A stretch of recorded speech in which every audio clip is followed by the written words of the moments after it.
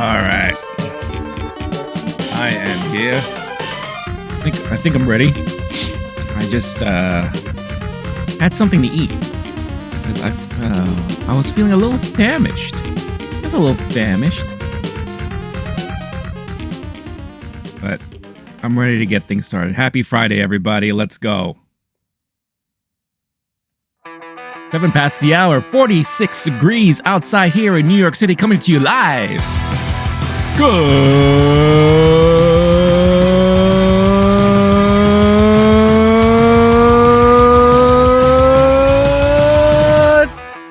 morning. Good morning, everybody. What is going on? Happy Friday. Happy Godzilla Kong Day. It's a brand new empire. Or is it a frozen empire? You got empires versus empires. I'll be talking about that movie in a little bit. So, thank you so much for tuning in as always, whether you're watching here live or if you're watching on the replay, video on demand, however you want to call it. We made it, y'all. We made it to the end of the week. And I hope you all had a wonderful week so far. I hope you are gearing up for a nice weekend. It's Easter weekend here in the United States. For those of you who observe and celebrate, happy Easter weekend.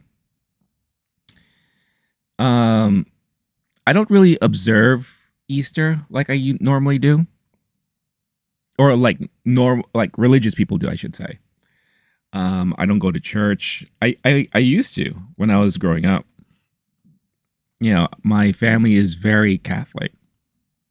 And, you know, when you're born in a Catholic family, usually they just, you know, make you follow their own religion and all that stuff like that. And then when you get older, you realize, wait a minute, is this something I want to do? So that's basically what happened to me. It's like, you know, I was just doing the thing. I attended Sunday school. You know, I did Bible studies. I had my confirmation and baptism, all that stuff. And I remember Easter Sundays were always church, brunch, or lunch with family. You know, of course, as a kid, you did like the egg hunts, right? I loved doing like the egg hunts. But as a kid, I didn't really grow up with siblings. I had siblings, but they didn't live with me. So I remember my mom would just have egg hunts in the apartment just for me. And she'll she'll get like those plastic eggs, hide little toys in there or candy, and she'll just scatter them around the apartment. And I would just go nuts, like looking for them and all. It was very cute. You know, I always appreciated that. And then when I got a little older, I remember I did spend an Easter weekend in Maryland with a lot of my cousins because my mom has family over there, my uncle, her brother. So I actually had that experience of a real egg hunt, like in a yard. And in the backyard, they had this big, like, you know, they did like an egg hunt thing, scavenger hunt. And it was a lot of fun. But I also remember, like, even though, you know, we didn't have like a lot of room growing up here in Queens, you know, my mom and I would always decorate eggs for Easter. And if you remember back in the day, if you're like my generation, there were several ways you could decorate and color your eggs. One way is the more traditional way where you just sit down and you paint them, right? You get some hard-boiled eggs, you take them out and you paint them. Another way was there's this company, I doubt it's still around, but there was a company called Paizo, I think it was. And what they did is that they came up with like these Easter egg coloring kits. And it would be like this concoction that they would do that you would dip the egg in and it would dye it certain colors. And then there are ways that you could make it like multicolored and put designs on them. And I never forget it because it came with like this wired like little hook where you put the egg on it and you just dip it into whatever vat that was. And I remember using that a lot. Let's see, piezo egg color. I don't even know if they're around anymore. Oh, piezo.com. They are still around. Look at that. Piezo.com. Let's see if I can pull these guys up. Well, now they're like a role-playing game publishing company. So I don't know if that is like the original Paizo. Probably not. But anyway, I don't even, it's been such a long time. I don't even know if that was the actual company name, but I remember them vividly. And yeah, you could do like sparkles and blotches on them and all of these interesting things. I remember.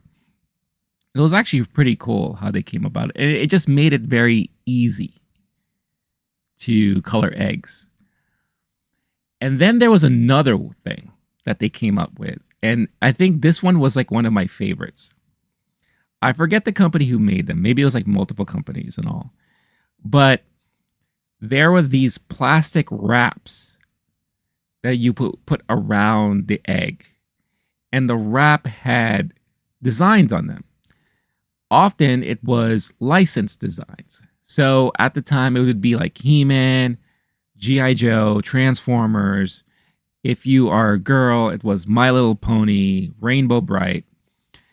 And you would take these plastic wraps, put it on the egg, and then you would put it into the boiling water or something like that. And as it was boiling, the wrap would shrink on the egg itself. So that when it's all said and done, it looks like the egg just has this design organically on it, so to speak. And I'll never forget that because that was the fun, like that was my favorite because I loved having these eggs with like the cartoon characters that I really love. Easter egg wrap 80s. I'm going to look this up. Let's see. Yeah, here they are. This was great. A little trip down memory lane over here. This is so cool. Paz. That was the company that did this stuff. PAAS.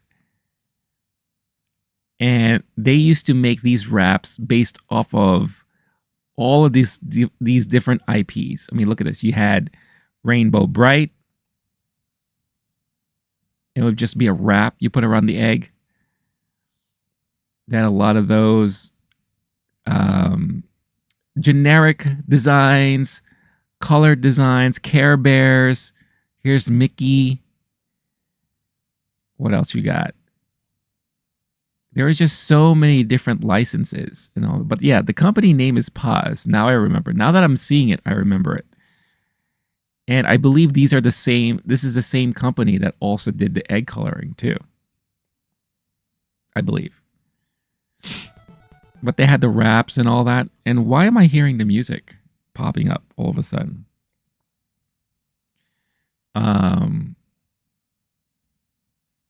Ninja Turtles.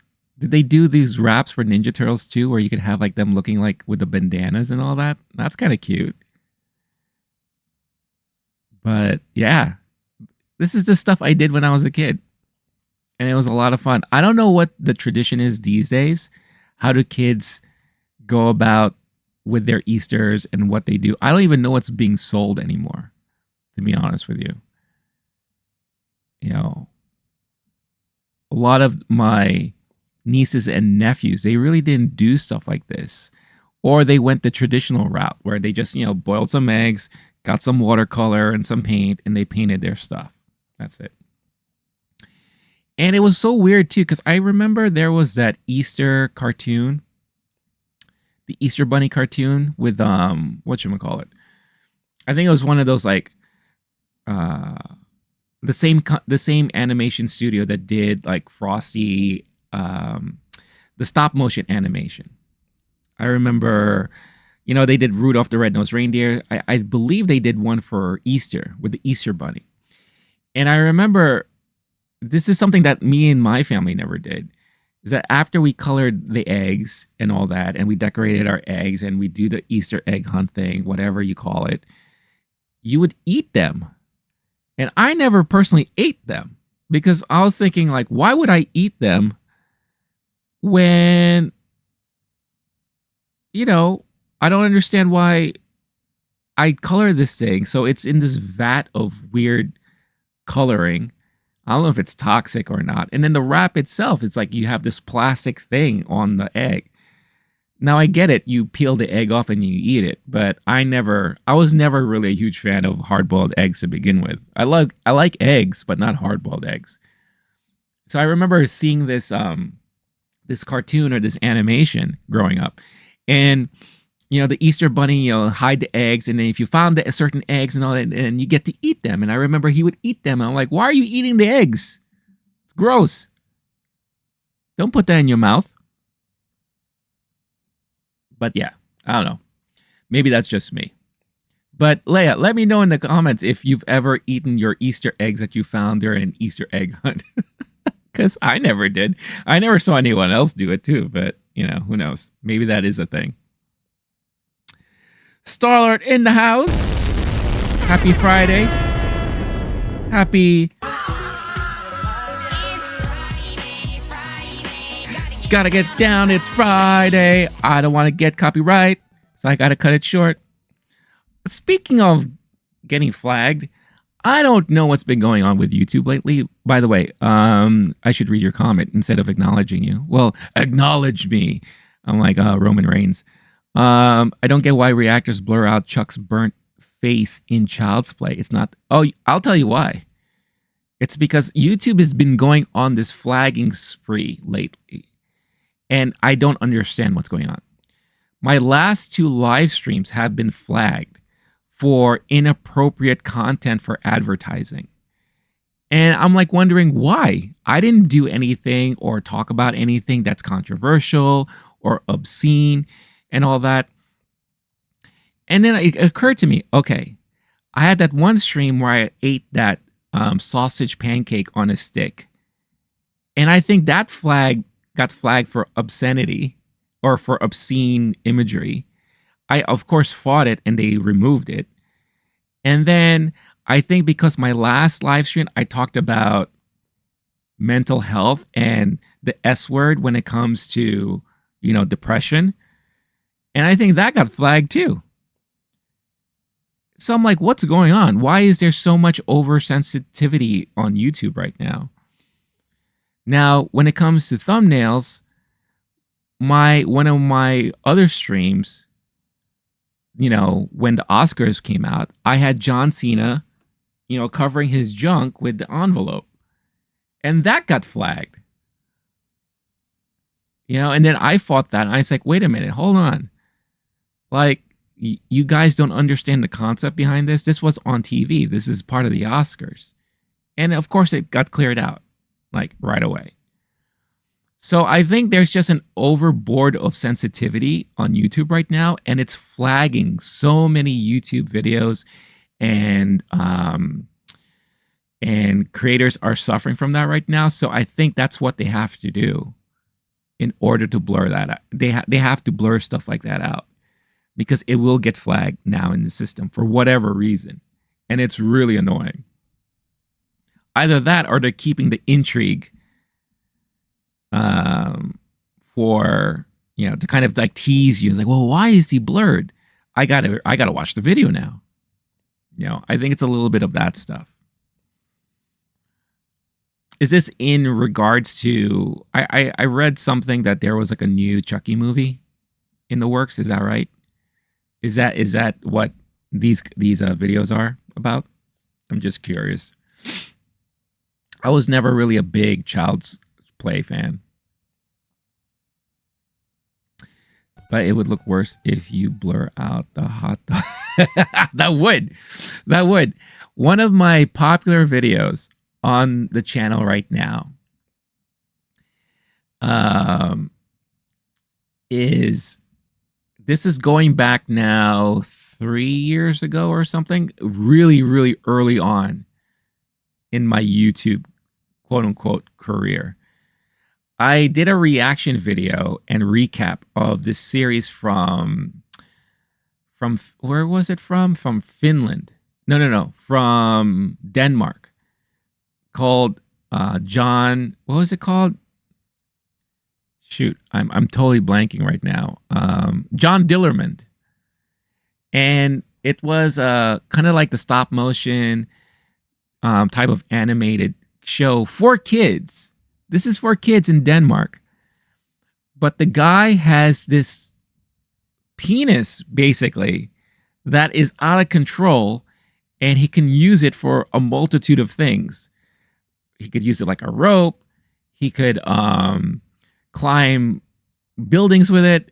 And at one point, he even created a boat out of it.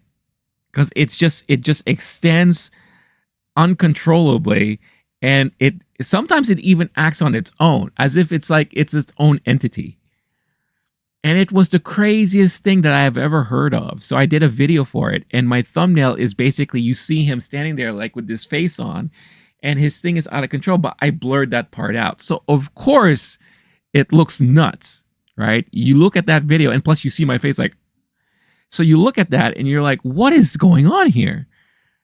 You know, and I remember that was my very, very first video that went viral on the channel.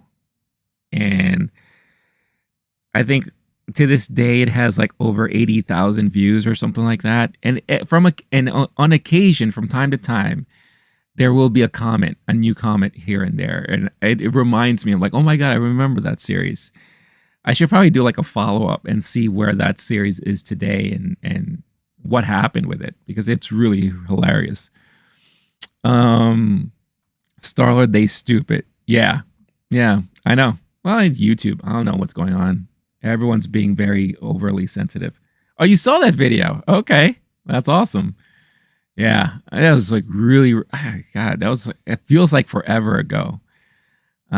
And I remember I was just still trying to figure out what the hell I'm doing here on the channel. But I remember, I guess you could kind of see where my recapping comes from, because that show had no English, right? It was all in Dutch. So I'm just going based off what I'm seeing, right? What each episode was basically showing. And I was just recapping and narrating and all. So that was one of the first times I've ever done that. And I kind of liked it. I was like, oh, I kind of like how I flow like that. So usually when I do reviews, I kind of have that same tone. I have that same type of flow. I mean, you saw it when I was talking about the latest episode of X-Men 97. I mean, I just went off and I was just like, oh, this and that and blah, blah, blah, whatever, you know? So yeah, I'm very, very happy about that video. I'm very proud of that video. And that video, believe it or not, I heard about the series that morning. I watched the entire series that afternoon, and then I sat down and I just riffed on it. It literally took me like an hour or two, and I just posted it. And I had no idea it was going to end up blowing up like that, you know. But I guess it was, you know, not a lot of people were talking about it at the time. I even got comments from other YouTubers who were doing the same thing, but after the fact, or one other person did one right before I did, and they were surprised on how good my video was or how funny it was, they said. And I was like, hey, look, we're all here doing the same thing. You know, so yeah, well, that's a nice little trip down YouTube memory lane for me, along with my trip down Easter memory lane for me. So, I don't know, share in the comments, like, what were some of your Easter traditions, whether or not you're religious or not, because Easter is always, like many holidays here in the United States, it gets commercialized, and it just becomes another marketing thing. And I remember when I was a kid, you know, it was already very commercialized because they were marketing, like I said, that company that doing the Easter egg stuff. They were already marketing that stuff, and of course all the toys and everything based on the Easter Bunny. The Easter Bunny itself is a marketing ploy created for that purpose alone. So YouTube flagging too much when we had this on cable TV. Exactly. I know. It's ridiculous. It really is ridiculous. Am I coming in too hot? I'm looking at my levels, and my levels look like they're really, really off the chart right now. So if I am coming in very hot, I apologize about that. Testing. I just want to make sure I'm not coming in so freaking in your ears, blowing up your, your sound buds and all, your eardrums. And why am I hearing this song playing? What the hell's going on here? Hold on. Sorry, guys. This is really disturbing me. And I don't know if you guys hear it on the stream, but I'm hearing it. It's coming in through my headset, and I just can't. These things. Oh, man. All right. Hold on. Let me just restart this program. You're not hearing it. Okay. Or I'm not coming in too hot. Well, hopefully that's true for everything. All right. Let's see. All right. That's better. All right. Hopefully that fixes it. All right. So this morning, obviously, I'm going to be talking about Godzilla Kong. And some other news items and all that. Usual Friday shenanigans. But I do want to start off with this because I just saw this news drop right before I streamed, right before I went live. And Louis Gossett Jr. Passed away, or it was announced that he has passed away at the age of 87. Louis Gossett Jr. obviously is very well known for appearing in movies like An Officer and a Gentleman. He was also on Roots, in the movie Roots. We just saw him recently in The Color Purple. And he also did a voice in an animated movie recently. I forget which one it was, but he was still very active at his age. And he passed away. I don't know if there's a reason as to why. He's also from Brooklyn. Big ups to New York. Let's see. I'm trying to see here. Well, I'm here on The Hollywood Reporter. Let's see. In a statement obtained by The Hollywood Reporter, his family said, "It is with our heartfelt regret to confirm our beloved father passed away this morning. We would like to thank everyone for their condolences at this time. Please respect the family's privacy during this difficult time." He died in Santa Monica. No cause of death was given, but Gossett announced in 2010 that he had prostate cancer. Jeez. I wonder if it's a result of that. I'm telling you, this cancer stuff is really brutal. You guys out there, make sure you get yourselves checked when it's that time too, because prostate cancer is probably one of the leading cancers, I think, that causes a lot of men to pass away. But I always remember Louis Gossett Jr. as Chappy from the movie Iron Eagle. This movie was a very 80s-centric movie. I remember I saw this right before I saw Top Gun.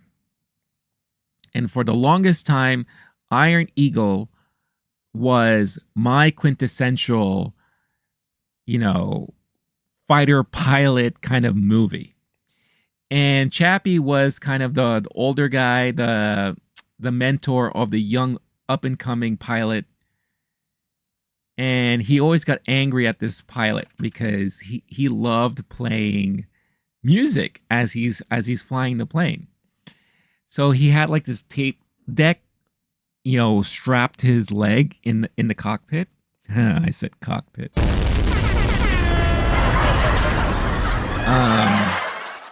And he would play like this rock and roll music. And I thought it was really, really cool, the whole concept behind it all. And Chappy was just, the character Chappy was just fantastic. Iron Eagle came out in 1986, and there was a sequel, Iron Eagle 2, that I don't remember that much. I think I only saw it once. I don't remember it the same way I remember Iron Eagle.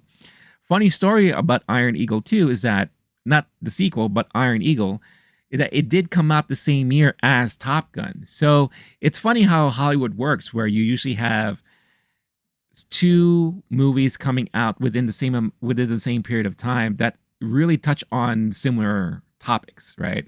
We saw that happening when the whole meteor or asteroid hitting Earth with Deep Impact and Armageddon, right? There was similar volcano movies, similar what is that? Earthquake movies, disaster movies. You know, it always happens in Hollywood. And this was the year that we had two, in my opinion, very outstanding fighter jet related type of movies, right? And I'll always remember Louis Gossett as Chappy. That's like one of my favorite roles on the big screen from him. And I'll never forget that. So rest in peace to Louis Gossett Jr. Lived a pretty long life, 87. That's not too bad. Not too bad. And like I said, he's been working ever since. Like I said, this past year alone, he's been in several things. So, and according to the article here, he was also working on a stage play in New York. So, very busy dude. Love to hear that. So, the great thing about being an actor and someone who's beloved like he is, he'll always be forever ingrained in celluloid. So if you ever want to see anything, you could always watch his movies. So it's always good to see that stuff and be able to do that. And I really do feel that character, the young guy character in Iron Eagle, really in the later years, help influence characters like Star-Lord in Guardians of the Galaxy. The love of hearing music while you're flying, and that importance of music while you're going through your adventure. I really believe that had a lot of influence to characters like that. And what you will hear also has an influence in Godzilla Kong, the new frozen empire, however you want to call it. Oh man, this movie. All right. I think I'm ready to talk about this movie. Cobra Kai wanted to name a team after that movie, Eagle Fang. Eagle Fang. I love Cobra Kai. Kind of sucks to see it ending with the next season, but I guess you have to go out while you're on top. That's like when you have something like Cobra Kai, that's how you bring back an old franchise and you do it right. I love their approach in kind of flipping the script, in allowing the audience to see another side of things. And Cobra Kai did a great job at making Johnny Lawrence make you want to root for him. And at certain times when it comes to Daniel LaRusso, you kind of like, well, this guy is kind of like a dick sometimes, right? So I loved how they really flipped the script on that. I thought that was a really good way to approach that. All right, Godzilla Kong, The New Empire. So saw this movie last night. Not a lot of people in the theaters, to be honest with you, at the time. Decent amount, but not, I would say maybe a third capacity at the theater. I have to say this one thing though. I always love talking about my movie theater experiences because it amazes me sometimes what I experience, what I see. So there was this group, it's like 3 people, and they sat in the row in front of me. They were like in the middle of the row. I honestly don't even know if that's the tickets they reserved, because it kind of looked like they kind of just meandered their way to that row. They came in literally right before the trailer started playing. Whatever, doesn't matter. I knew something was going to be up because the minute they sat down, it was a girl and 2 guys. The minute they sat down, the girl decided to skip a seat and sit away from them. I'm like, oh no. Is this what I'm thinking it's going to be right now? The guy in the middle just can't help himself. He has to comment on everything. And not only is he commenting, but he feels the need to have to share with both of these people. So whenever he feels like saying something, he'll say it out loud, and then he'll look at the girl and then say it to her, and then look at the guy and say it to him. It's like, do you forget where you are right now? It's like, I can't stand people like that. Like, I get it. It's like sometimes you want to say things while you're watching a movie. Maybe if you're watching at home, you like to comment and all. But when you're in the theater, why do you feel the need to have to talk all the damn time? If you're going to do that, at the very least, maybe sit all the way in the back. Maybe, well, to be fair, we were very close up front, but it didn't feel that close up front because the screen was not as huge. But still, you see that there's someone sitting behind you. There was another guy that was seating like right on the other side. Don't you think we can hear you? That we don't hear you? We hear you every single time. And a lot of his comments were just asinine, stupid comments.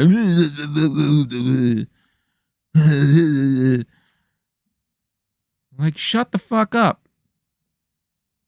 I remember one time he like looked at the girl and I kind of looked at him like that. I don't think he saw me, but I was just like, yeah, what do you have to say now? But I don't think he saw me. And I didn't mind doing that because, to be honest with you, halfway through this movie, I was so bored. So maybe I was looking for some shit. Yeah, this movie wasn't great. I wasn't expecting it to be like mind-blowing or fantastic. At the very least, I was just looking to get some mind-numbing action. I don't have to think too much about it. And just get entertained by the crazy giant monsters, right? Fighting each other. But to be very honest with you, we didn't get a lot of that in this movie. The majority of the big battles really happened at the end. At the end of the third act, maybe the last 20 minutes. And that's also when we get that buddy team up. I thought they were going to be teamed up during the whole movie, or at least half of the movie. No, they teamed up only for like the last 20 minutes. And there was a lot of exposition going on here. A lot. I thought we were done with all that. Let's just let the monsters be monsters. But no, we have to have story. And the story was just not that great. Here's the gist of what happened. So you have, and this is all picking up where the last movie ended off, right? You have Godzilla, who is now up in our world, chilling, right? He's like the police. Every time a Titan comes out, who's not supposed to be there, he'll make sure that he takes them down. So he is like the guardian of Earth. You have Kong, who's now resided in what they call Hollow Earth, which is inside Earth. If you remember, we found out that there was another dimension there where apparently all of these creatures originated from. That was also further clarified in that Monarch TV series on Apple, which I actually kind of enjoyed. I thought it was a pretty decent show. So you have Kong now residing there. But he's all alone, right? So basically, you have Kong who is just going about his day-to-day business, hunting, looking at waterfalls, feeling lonely, and he has a toothache. So he can't eat because his tooth hurts. As he's like trying to bite down on this creature that he's eating. Right? And then you have some people who are there observing, monitoring Kong and all that. And then there's a threat. We don't know what the threat is yet. Now we see what's happening on Earth. We have Rebecca Hall, who is a fantastic actress, and it's kind of it kind of hurts seeing someone like her in a movie like this. But I get it. She's getting a paycheck, right? And I'm sure with the type of paycheck she gets for a movie like this, she could still do her independent horror films or whatever. But I really like her as an actress. So you have her working with whatever and monitoring Godzilla's movements, right? So whenever there's like a Titan breach, Godzilla comes into the rescue. Godzilla now resides in Rome because he loves the Colosseum. So that's his nest now. So now he's just chilling in the Colosseum, sleeping. Rebecca has a girl with her. And she's like the last of the tribal people from Skull Island, I think, who are friendly with Kong. They know Kong, all that stuff. And this girl feels out of place. So here we go. Once again, we have to incorporate a little child into all of this who has some sort of connection with somebody. And this little girl has a connection with Kong. What was it in the other movie? I think Millie Bobby Brown had a connection with another kaiju, right? Another Titan, as they call it. Like, it's such an overplayed thing where there has to be this little kid that has a connection with one of these monsters and they can relate and translate and everything. So she's getting bullied at school. She's having visions. She misses Kong. She misses her people. She doesn't feel like she belongs, all that stuff. And she's deaf and mute. So she communicates with Rebecca Hall through sign language, which is fine. There it is.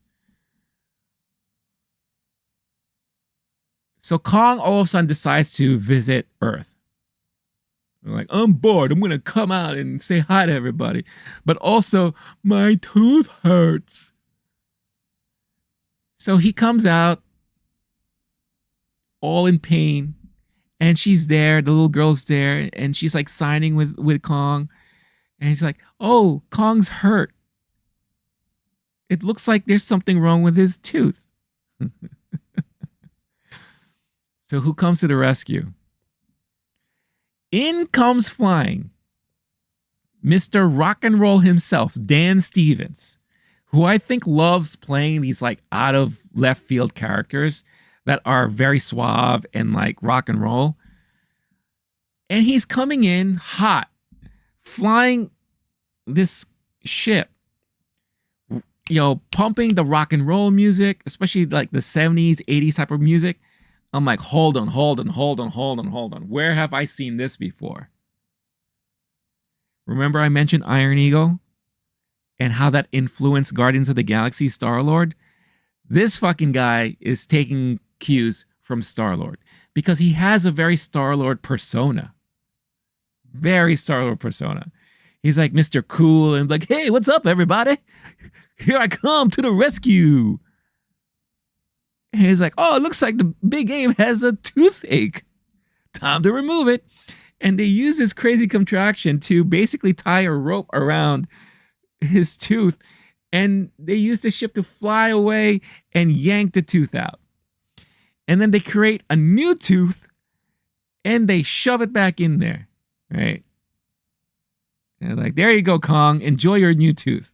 Thank you. I can eat now. Right? And then they're like, oh, we can't have Kong out here too long because Godzilla's gonna find him and he's gonna get angry and they're gonna fight. So but at the same time, Kong is also kind of motioning that there's something wrong in Hollow Earth. So as he goes back down through the portal, they have this portal that they could use to travel in and out. Rebecca Hall, the girl, Brian Tyree Henry, who's back in this movie, still doing his podcast thing. She calls for him for help to try to figure out why these wavelengths are going on, what's happening there. And he's like, oh, it looks like a distress signal. Like, okay, so maybe you can help us out. So they go down in there. And once again, oh, and Dan Stevens joins them too. Star-Lord Light. And as they're going through the portal to go into Hollow Earth, why is this something that I've seen before too? Where all of a sudden they're doing like the dimensional jump thing, where everything's all blurry and everyone's like, ah! Just like how we've seen it in the MCU movies, in Guardians of the Galaxy, whenever they jump from, galaxy to galaxy. They're doing the same thing here. Why? Well, maybe, I guess Adam Wingard is just a really big fan of the Marvel Universe. But yeah, they're copying all the same stuff like that. So once they get down to Hollow Earth and all that, they find out where the signal's coming from, and it's from these people that apparently live there. Now we find out that there are these tribal people living in Hollow Earth, and they don't really speak, but they have ways of communicating through wavelengths and, all this nonsense, crystals, blah, blah, blah, all that. And like, there's a threat. And then we get more lore. So we get to learn more lore that originally there was this other giant titan called Scar King. I'm not making this shit up. So you have King Kong, Godzilla, and now you have Scar King. Scar King.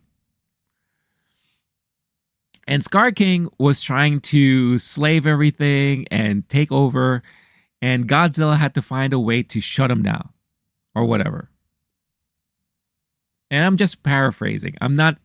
I couldn't care less to be accurate during this point because it really doesn't fucking matter.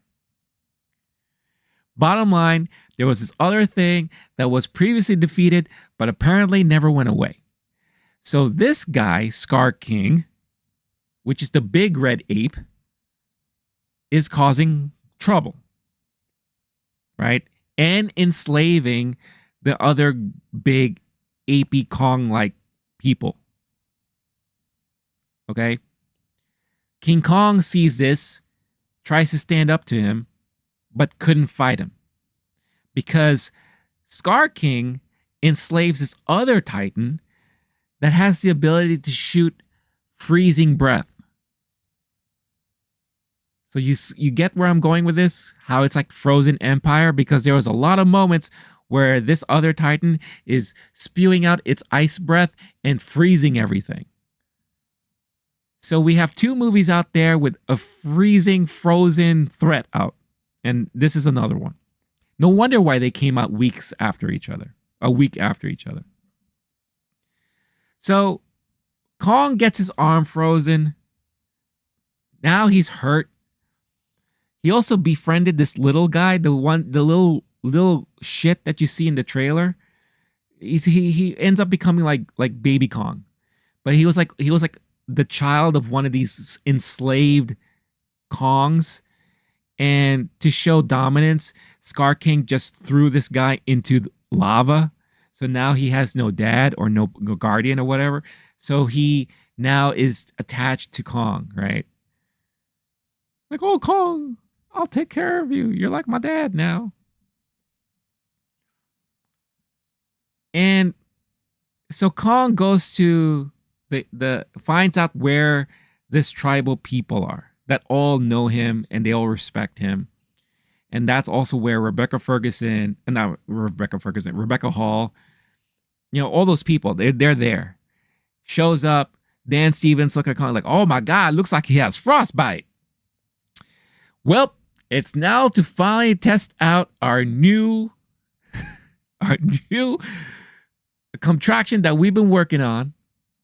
And Brian Tyree Henry is like, what contraction? What are you talking about? Well, we needed to find a way to make the Titans stronger in case we needed their help to fight other Titans.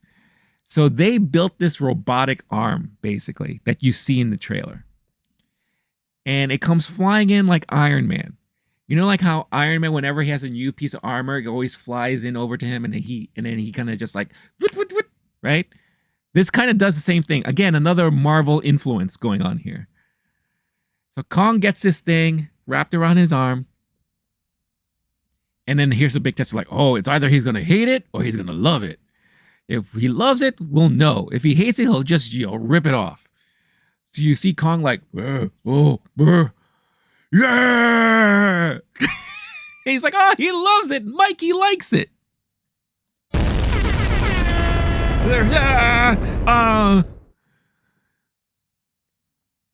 He's like, I can fight, right?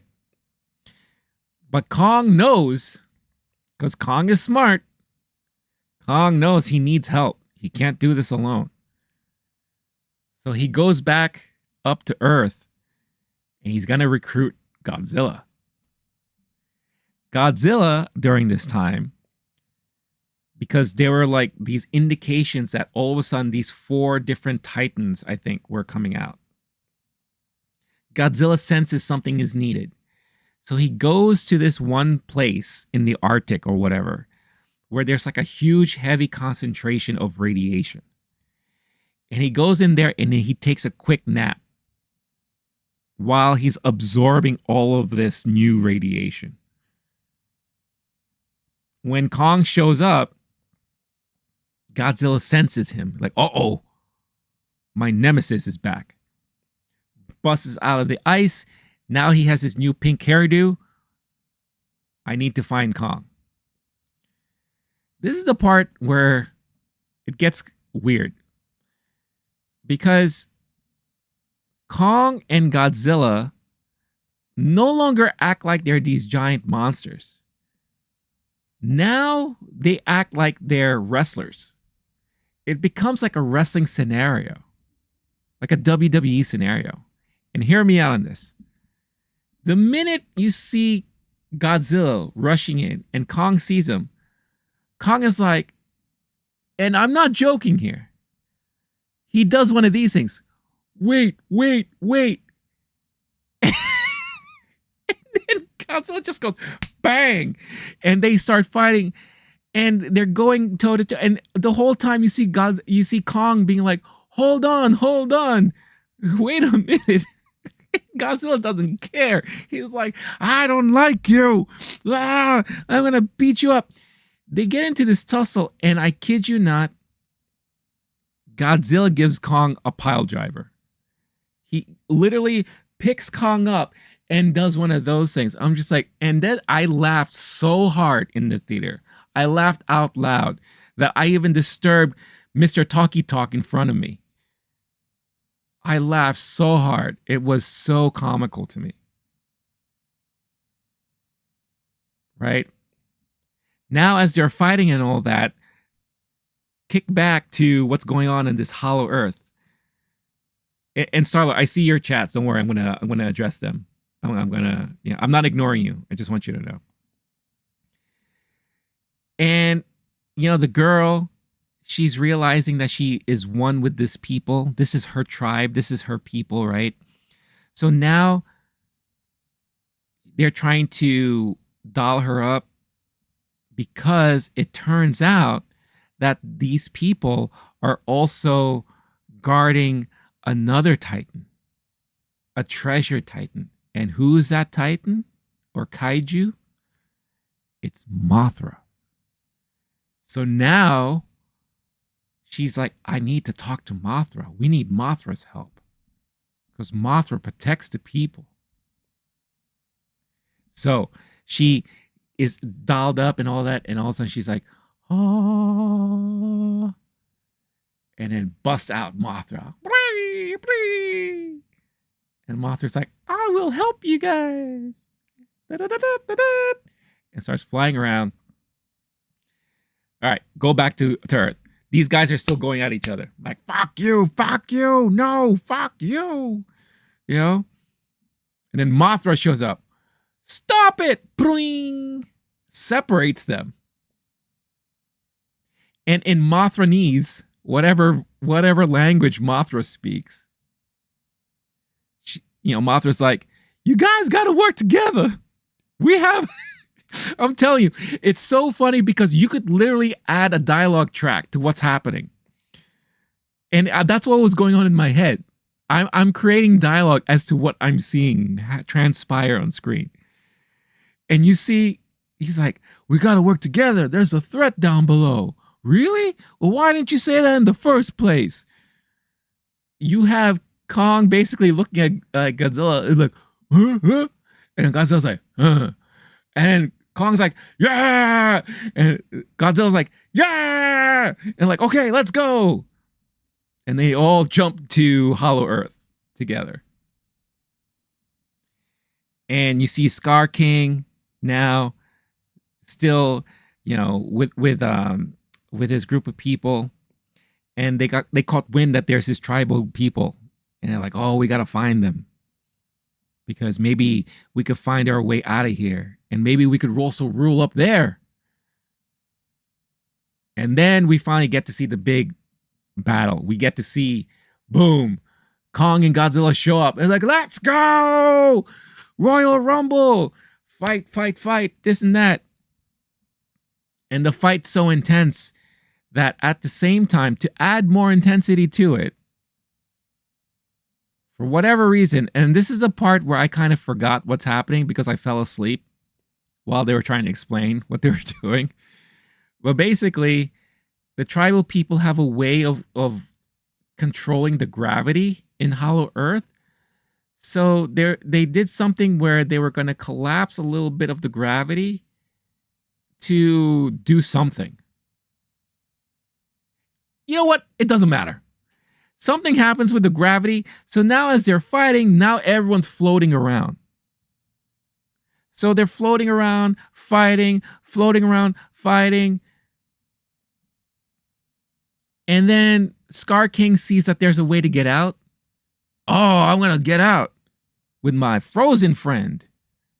They go out, and Godzilla and Kong are like, oh no, we got to get him. So now they're on Earth, fighting over there. This frozen thing somehow had the wherewithal, and mind you, Scar King is controlling the frozen monster because he has this crystal. And this crystal controls the monster, right? Like, oh, you do what I say, you stupid. So, a la Matrix, the Frozen King looks up into the sky, starts breathing as much of the frozen breath he can, and it kind of encapsulates the atmosphere. So now it's like a frozen tundra. All of a sudden, we're like in an ice age. So Godzilla and Kong come out and like, you can't do that. What are you, crazy? And they start fighting and fighting. They're teaming up. It's like a tag team now. It got to one point where you have Kong grabbing Scar King, throwing it to Godzilla. Godzilla using his tail to kind of whip it like a bat. And they're going to town on this guy. And at one point, Scar King drops the crystal that controls the other guy, the frozen Titan. And Baby Kong found King Kong's axe. He has this very special axe that we saw from the last movie. And Baby Kong grabs the axe and he's thinking, oh, my daddy's going to need this. So he goes through the portal, sees what's going on, and then sees the crystal on the ground. He's like, I'm going to kill it. Bang! Destroys the crystal. Now the control is over. And the frozen kaiju is like, you know what? I didn't appreciate the way you treated me, so I'm going to fight you too. So it becomes 3 versus 1. And eventually what happens is Frozen Guy freezes Scar King with Godzilla's help. And then Kong is like, F you, Scar King! And since he's all frozen, smashes him to the ground, starts beating it until he gets obliterated and shattered into millions of pieces. And then when all that's said and done, Godzilla looks into the atmosphere and is like, I'll fix this. starts spewing all of his radiation and clears the skies, and there's no more Arctic freeze. Instead, now we have winter apocalypse. No, I'm just kidding. Could you imagine if it becomes like all the radiation becomes like this crazy radiation rain and everyone on Earth dies because of it?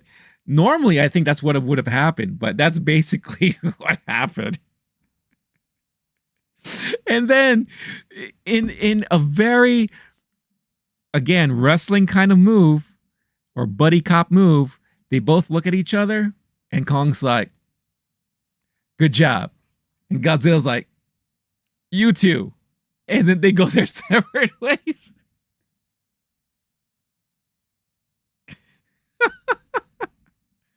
Godzilla goes back to Rome, sleeps in the Colosseum in his nest. Kong goes back to Hollow Earth with baby Kong, and he rescues. Oh, and now he's friends with the frozen kaiju, so now they're all buddies together. He's like the pet, and you see Kong petting the little the thing, and like, oh, you're my friend, And then he joins all his other Kong people, and they're like, yay, we're free, yay!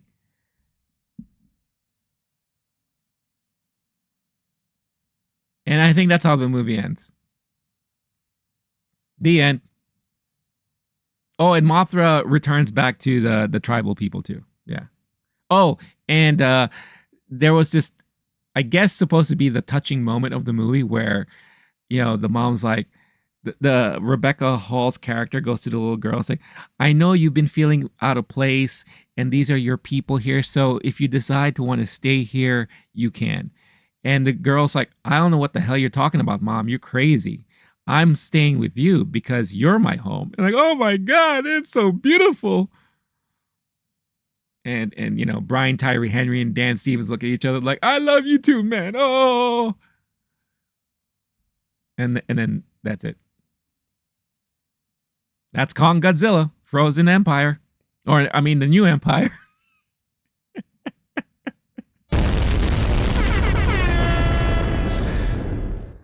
Oh, all right. Before I keep going on, let me just read Star-Lord's chats here because I don't want to miss anything.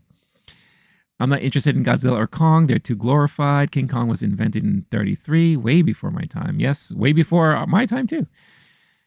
He's supposed to be a giant gorilla. Thanos with an infinity gauntlet. Yes, I'm over it. It's also taking stuff from Dawn. Yes, it did feel a lot like that, to be honest with you. Killmonger ripoff, same old, yeah, kind of, same old story. Yep, Kong the Avenger.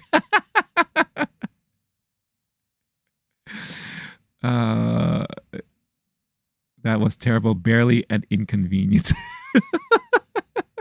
Also, I'm running low on battery. Oh no! But yeah, go charge your phone. Do what you got to do. You know where I'll be. I'll be here. So yeah, obviously, if you couldn't tell by now, I wasn't fond of this movie. It's a little ridiculous, to be honest with you. There was a lot of things that also just distracted me, and I'm not talking about the idiot in front who kept talking. It's in the movie. Like, I hate that there has to be that cliche. Like I said before, the little girl thing, the little child that has the ability to communicate with these monsters. I mean, we've seen that over like time and time again, for so long, for so many iterations, so many movies. So we got that again here. The whole Hollow Earth thing, I mean, it felt like, it just feels like another Skull Island. It's like we left Skull Island to now have another Skull Island that is just a little bit more supernatural. It's just, all right. I kind of get it, but then don't. Plus, I always feel like with each movie, they're reinventing the lore. Now they're adding more stuff that probably was never there before. And they just to explain why this new threat is here. Because they can't invent another new threat. Right? For some reason.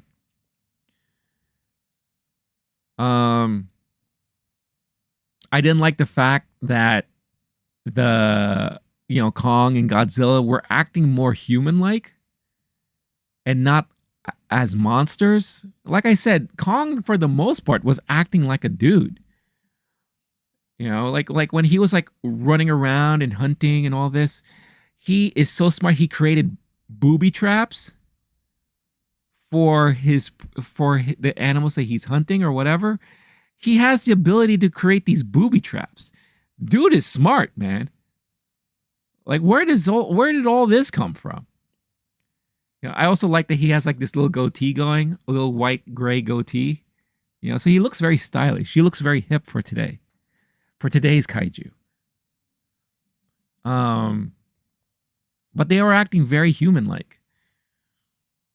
And the CG, the abundance of CG felt a little overwhelming in this one. And I think the actors suffered from it.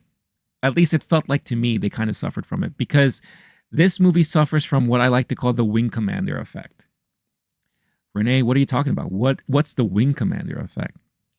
So if you remember back in the day, I think this was in the 90s, there was a movie that came out called Wing Commander, which is based off of the video game series, right? It stars Freddie Prinze Jr., Matthew Lillard, and a lot of young teen actors of that time, or young actors of the time. And every time they were in their ship and they're flying, Freddie Prinze Jr. had so much dialogue to say as he's flying the ship, and he's like talking, and he's dialoguing, and it looks like he's reading the cue cards right in front of him. It felt like I was seeing 30 minutes of that throughout the whole movie, of him reading the cue card scripts and not really like reacting to what he's supposed to be seeing. This movie suffers from that, where they do like these close-ups of Rebecca Hall, Brian Tyree Henry, Dan Stevens, the little girl, and they're dialoguing and commenting on what they're seeing. Like, Kong is doing, oh, I think he's going to be okay. Oh, blah, blah, blah, blah, blah. And, oh, Godzilla looks really strong. Oh, his tooth is hurting. Oh, his arm, he's really liking that arm right now. And they're just looking off in the distance, and it looks like they're reading cue cards. Right? While they're really supposed to be looking at Kong or Godzilla or whoever and communicating with them, or attempting to at least. There were many moments here where I just felt like they were just reading off of a script, staring off into like this one, and there's probably a guy there like on SNL with these cue cards, and they're just like la la la ba da ba boo. All right, your turn. Na na na ma na na ma na. And it just kept going back and forth like that, and it was just so distracting to me. It really was very distracting. I felt Brian Tyree Henry had nothing really to do. Dan Stevens was there more for, Brian Tyree Henry was the comic relief, right? And so was Dan Stevens. And he's also like the hip, suave guy, the cool dude. Very Star-Lord, very Guardians of the Galaxy, especially the kind of ship that he flew around. Because there was this other moment where the big monsters were fighting each other. He's like, I'll be right back. I got an idea. He takes the ship, flies around, and he flies coming back, bring in all these other creatures, these flying creatures, to create more havoc. And these creatures, like, they have electricity. So it's like all of these like electric bolts and electricity, and it's like a swarm of these creatures. So it reminded me of that scene in Guardians of the Galaxy where he's flying the ship and dragging all of those mines or whatever, like all of those things with him, right? Like, it reminded me so much of that. I was just like, there wasn't really any originality mostly throughout this movie. I felt like Adam Wingard just took cues from the MCU and said, I like how this looks. I like how that looks. I like how this looks. I'm going to use this. I'm going to repurpose that. Blah, blah, blah, blah, blah, blah, blah. And that's what it kind of felt like to me. Like, I wouldn't be surprised if, and maybe this is public knowledge, but I don't know, if Dan Stevens at one point auditioned for Star-Lord. Because it really looks like he's trying to be so hard to do his best Star-Lord impersonation. But yeah, I mean, I'd rate this a 2 out of 5.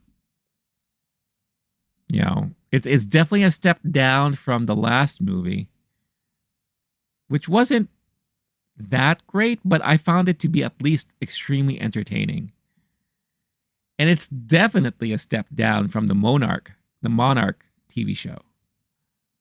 Because like I said, I really actually enjoyed that one. It was pretty decent. But yeah, I don't know what happened here. I don't know. And it says it was only like an hour and 55 minutes. It felt longer.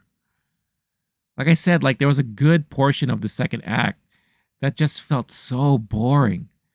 And I fell asleep multiple times. I was trying so hard to stay awake. That's why I missed the whole thing about the atmosphere. Like, what's going on there? Because I passed out. I fell asleep. But yeah, I can't recommend this movie. And I know I'm probably going to get some crap about it, about my opinions. And again, these are just my opinions. It's just how I feel about it.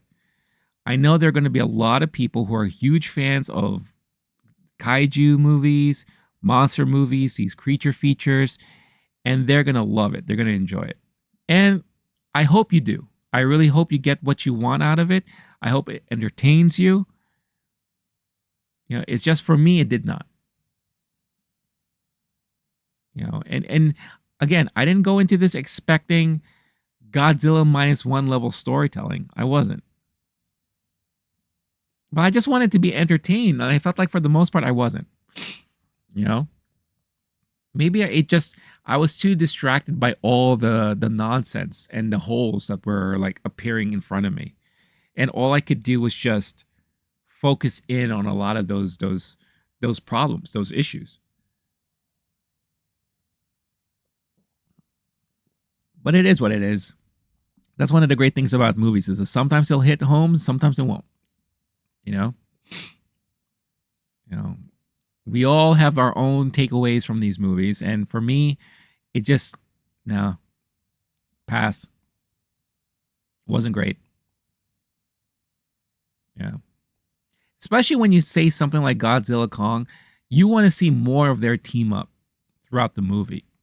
And we only got like what, 20 minutes of it? If that, at the end. So it just felt like it took so long to get to that moment that I was waiting for. Very similar to Ghostbusters Frozen Empire, where the chunk of the meat of the movie, it in my opinion felt so long to get to. You know? So it's kind of unfortunate because we have these two movies that came out that were promising to be entertaining, and they both suffered in the same way. Interesting first act, very slow and dull middle part, and then final act, you have a lot of shit happening. And I feel like that's a formula that a lot of these movies they utilize over and over again, and something needs to be done to change it a little bit. Or maybe it's still working. Maybe I know this movie is going to do a lot of business this weekend. A lot of people are going to go out and watch this movie. You know. So maybe it's a formula that still works. I don't know. But for me, wasn't for me. You know. But it is what it is. So I'm curious if you are watching this on a replay, let me know your thoughts about Godzilla Kong and if that is something that you are looking forward to watching this weekend or whenever you get a chance to. Now, those were like the two. Whoa, hello there. So we had Ghostbusters and Godzilla, the two big movies from March. What do we have coming out in April? Let's take a look. Let's go to Cinema Blend. Huge fan of this site. And let's see what movies we have looking forward to come April. Oh, of course, we have Civil War. I cannot wait for that movie. Alex Garland. We have Monkey Man. The remake of Don't Tell Mom the Babysitter's Dead. I can't believe that. That's really hilarious. Oh yeah, we have that new Guy Ritchie movie, The Ministry of Ungentlemanly Warfare, with Henry Cavill. That looks really interesting. Oh, all you Zack Snyder fans, we have Rebel Moon Part 2. Oh boy, can't wait for that one. Challengers, I can't wait for that personally. That looks like that's going to be an interesting movie. That's the latest movie directed by Guadagnino, starring Zendaya. Another three-way. It's interesting because I believe Celine Song, the writer and director of Past Lives, that if you saw the movie, you know that it involves kind of not like a love triangle, but it's love story that is focused on three people. Her husband or boyfriend, or I don't know, her partner wrote Challengers. So it's another kind of three-way type of story. So what does that tell you about this couple? I don't know. But it's very interesting and it looks fascinating to me, so I can't wait for that. But it's funny, for the month of April, no real what I would consider real major blockbuster movies. I'm not saying that there are no interesting movies coming out. It's just no major blockbuster movies. And then in May, we have Fall Guy. And I have a feeling that's going to be a strong movie that month. Strong movie. I know a lot of people are waiting for I Saw the TV Glow, which looks fascinating. Kingdom of the Planet of the Apes. There you go. That's going to be the huge blockbuster movie of that month. We have If. That's that Imaginary Friends movie, right? Let's see what else we have here. Furiosa. Look at that. We have Furiosa, another big major blockbuster for that month. And then the Garfield movie. And then come June, Bad Boys, Ride or Die, The Crow. Hitman is not coming out in theaters. That's coming out on Netflix. Oh, that's interesting. All right. Inside Out 2. The Watchers, which is, I believe that is Shyamalan's daughter directing that. So that's going to be an interesting movie to watch. Bike Riders, that was the movie that was supposed to come out last year. That's coming out this year. A Quiet Place Day 1. Oh, I can't wait for that. Give me some of that, please. Oh, and this movie. This movie looks interesting. Horizon, an American Saga. Basically, it's almost like it's Kevin Costner once again doing the whole Western thing, but in a movie. I don't think it has any ties to Yellowstone at all, but for everyone that loved or loves Yellowstone and wants to see Kevin Costner do more of those things, I bet you they're going to go and watch that movie. And it's an interesting thing, too, because I believe it's 2 chapters. Both chapters, I think, are releasing this year. They're just releasing months apart from each other. So in a way, it's like he serialized a movie and put it out on the big screen, which is fascinating. Let's see. Oh, and Deadpool Wolverine comes out in July. There you go.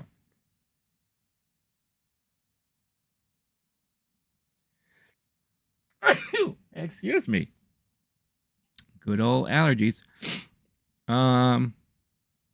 So yeah, so we have like a good amount of interesting stuff coming out for the summer. But it is weird seeing a summer that has no DC, no Marvel, with the exception of Deadpool Wolverine. Yeah. It's just really, really interesting to see that we don't have anything like that. I'm curious as to how the box office is going to be like for this summer. Like, I wonder if it's going to be on par with what we got last year or if it's going to be lower. I guess we shall see. We shall see. All right, let us go into some headlines. Let's talk about some of the latest headlines. I'll do the music. It's time for some headlines. It's time for some headlines. We'll talk about some news, movies, TV, streaming, pop culture. Up in your face. Let's go. Let's go. Let's go. All right. So Oppenheimer finally released in Japan this weekend. And from what I'm hearing right now, it looks like it is getting mixed emotional reactions. I think the way I'm kind of looking at it, based off of what I've been reading, is it looks like the younger generation really appreciate the filmmaking aspect of it and how the movie really goes into exploring the trauma of the individual that's created this thing that could be damaging to that can cause a lot of damage to a lot of people. So I feel like the younger generation there in Japan are appreciating that aspect, while you have the older generation that still kind of think that the movie sympathizes with the American side of things on the atrocities of the nuclear bombs that hit Japan. But I think the overall feeling is that they feel that this type of filmmaking is giving a switch in the American point of view. And yeah, they did what they did, but I also feel like there's a regret aspect to it, right? So that's how the Japanese people are taking it. And now there's this ongoing talk and debate about maybe it's time for Japan to finally retaliate. Not retaliate like, in real world sense, but to speak up about their thoughts of it all in a movie format, series, whatever. But I feel like in a way they kind of did with Godzilla. If you really think about it, the purpose behind the original 50s Godzilla when it first debuted was to show the after effect of nuclear warfare.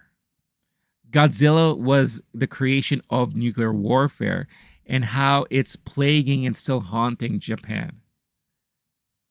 Right? That Godzilla was the MacGuffin to the overall story about dealing post-nuclear trauma. Really. And if you go back and watch that movie now, it's still very impactful and very emotional. I'll never forget the one scene where you have the older lady, the mom with the daughter, and she's seeing Godzilla come and causing havoc, and she's like holding her daughter. If I'm remembering this correctly, it's been a while since I've seen it. And I think she's talking about her experiencing already what happened before, and she can't believe that this is happening now. And they're talking about her husband and all that minutes before, like, she meets her demise. And it's such an emotional, gut-wrenching scene. Now, Godzilla -1, when you go watch that movie, that also does a great job in kind of telling that side of the story. This is the effect on the Japanese people after the fact of what happened. Especially the way they changed up Godzilla in a way. His nuclear blast really looks like a freaking nuclear blast, which is insane.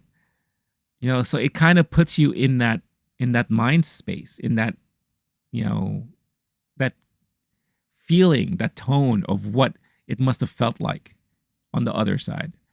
So I felt like they've already done that before, and if they do choose to kind of tell more stories around that, I'll be very curious to see how they go about it. I believe the article here on the Hollywood Reporter mentions that the director of Godzilla -1 says, maybe I can tell a story that kind of speaks up for the Japanese people. Our response to like an Oppenheimer, kind of like our response to that. But like I said, I feel like he's done it already with Godzilla minus one. You know, so it is interesting. I wonder what the box office will look like for Oppenheimer this weekend over there. It'll be very interesting to kind of watch and monitor to see how well it's going to perform. Because I'm sure you're going to get a lot of people who are going to be very curious about it because of the Oscar hype, the whole Barbenheimer situation, all of that. So I started this morning talking about Louis Gossett Jr. You know, very sad to see him go. And then I found out something that I wasn't aware of, that Arnold Schwarzenegger undergone heart surgery earlier this month and now has a pacemaker. Holy cow. Our Conan, King Conan, is walking around with a pacemaker. It just goes to show you, like, man, how old everyone's getting. But yeah, Arnold Schwarzenegger says pacemaker surgery will not affect filming of Fubar Season 2. Schwarzenegger first announced he'd undergone heart surgery earlier this month. Arnold thanked fans for their support Thursday following his pacemaker surgery earlier in the month. The action star also assured audiences his recovery would not delay the upcoming second season of Fubar. Now, looking back at the Oscars, it boggles my mind that here he is post-heart surgery with a pacemaker and he's up on stage bantering. It's unbelievable. Quote, "Thank you. I've gotten so many kind messages from all over the world, but a lot of people have asked if my pacemaker will cause any problems with Fubar Season 2. Absolutely not. I will be ready to film in April, and you can only see it if you're really looking for it." And there he is. Look at that. Oh, I love how he puts like this high voltage thing in here. That's funny. That's really, really funny. That's nuts. I can't believe that.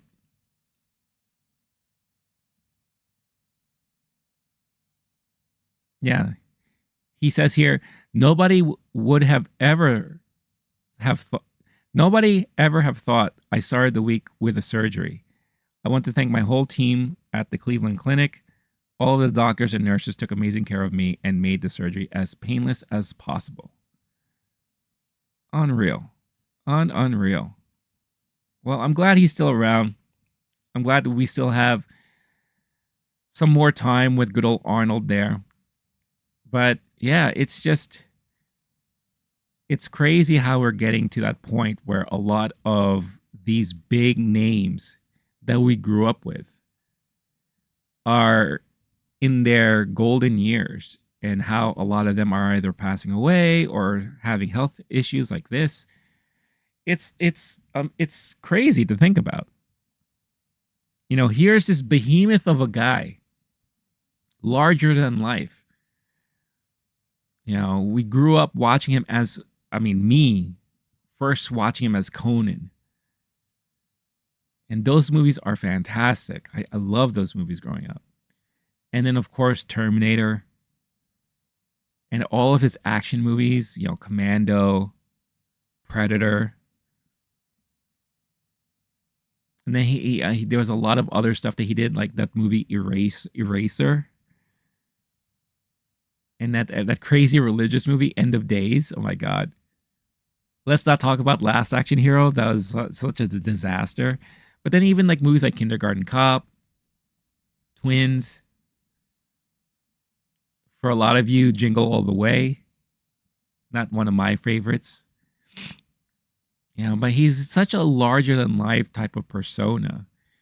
And to hear that he's walking around now with a pacemaker is just, it kind of reminds you of how fragile life can really be.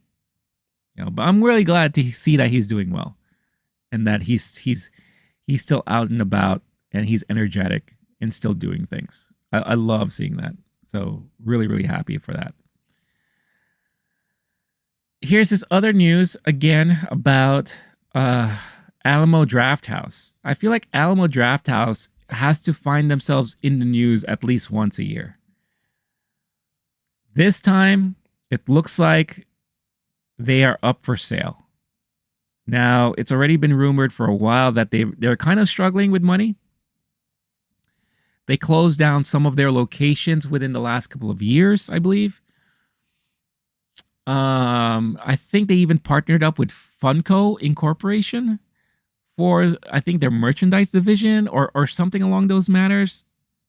Or is that Mondo? Maybe I'm confusing them with Mondo. But Mondo, I know, was partnered with Alamo for a lot of things. But yeah, I'm on Deadline right now. Alamo Drafthouse Cinema Circuit is up for sale. Several sources tell Deadline that the Alamo Drafthouse Cinema Circuit and this is interesting too because CinemaCon is coming in 2 weeks. For those of you who don't know anything about CinemaCon,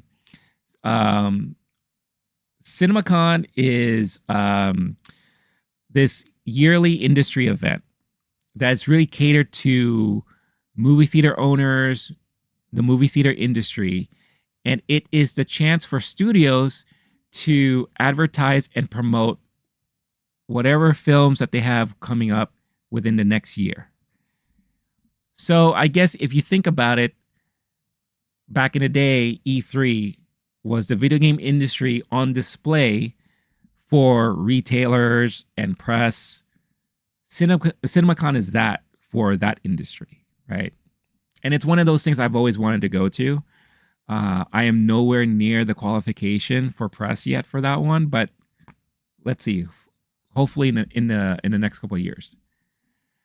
So it's interesting that this news breaks right before that because I guarantee you they're going to use CinemaCon as a way to kind of say, all right, who's interested? You know, this is what we have. This is what we have going on. You know, let's make some deals. Let's talk. Right? Let's get some interest flowing so that when CinemaCon comes, they can have their conversations and all that. It's just very, very interesting. AKB in the house. Oops, wrong.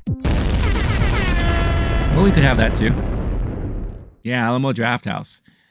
So let's continue reading this article here. So news comes out a week and a half before CinemaCon, major studios and exhibitors' annual Love-In in Vegas.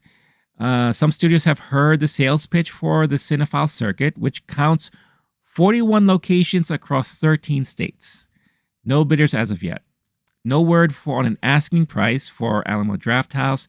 However, the Tim League-founded chain cleared $134 million at the 2023 box office, which is 25% up from 2022. The percentile jump is higher than actual domestic box office rise of 22% between the years of 2022-23. For U.S. Canada, hit $9 billion. Alamo Drafthouse Cinema typically touts a gift store of cinema memorabilia, arcade games, and DVD rentals, plus a full bar, Killer Bistro menu, swanky eats and shakes. Also, let's not forget about how the movie theaters are destinations for filmmakers doing Q&As in advance of their movies during opening weekend. That's true. The Alamo Drafthouse, we have here in New York, we have one in Brooklyn, one in Manhattan. I think they were at one point planning to do one somewhere in Queens or Long Island, but that didn't come into fruition. I believe the next closest one we have is like way in Yonkers. And that is for the city folk here in New York, that's considered upstate or close to being upstate. So we have those locations, and I always see that they do like these Q&As at the Brooklyn location or the Manhattan location. It was the Brooklyn location that I saw a very early advanced screening of Everything Everywhere All at Once.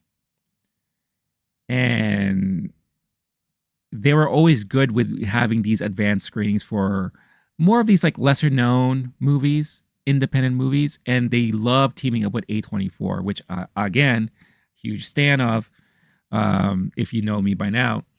So, you know, Alamo has been like a really great place to go for that type of experience. It's very catered to the cinephile. The article is correct. It's a very cinephile heavy theater chain. They have these like bumpers in the beginning of all their movies, or these like, you know, you go to AMC, You usually have, you see interviews with celebrities, advertisements and all. You go to Regal, you have Maria Menounos talking about this stuff and doing trivia and all that. At Alamo, they usually have these clips that they cater that are related to the movie you're about to see, but it's like off-beaten stuff that maybe you'll see on YouTube, or maybe they go back into the film archive and they pull some stuff up. And it's really comical and it's really funny. It's like a great environment for people like myself. And their menu is fantastic. I love their alcoholic milkshakes. So good. Bottomless popcorn, always a plus.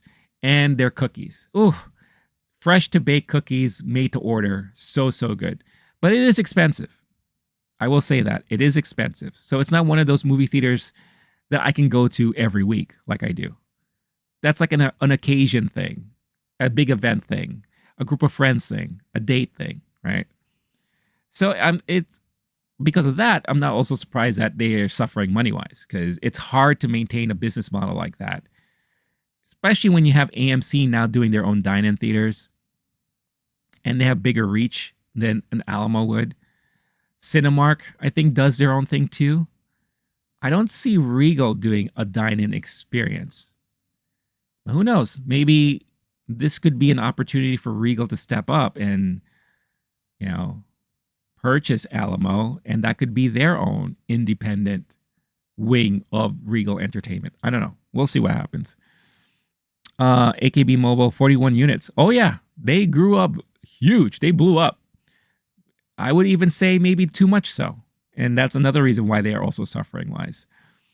So the article continues to say that last spring, A24 had a surprise screening of Beau is Afraid, followed by New York City-based Q&A with director Ari Aster, moderated by Oscar winner Emma Stone, that was broadcast to other Alamo sites. Yeah, I remember that. Couldn't make it to that one. I was a little bummed by that.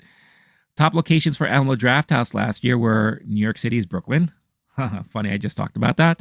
Downtown LA, Alamo Springfield in Missouri, Alamo Manhattan, which opened post-pandemic in July of 2022, Alamo Riley, North Carolina, followed by the circuit's HQ hometown venue, Alamo South Lamar in Austin, Texas.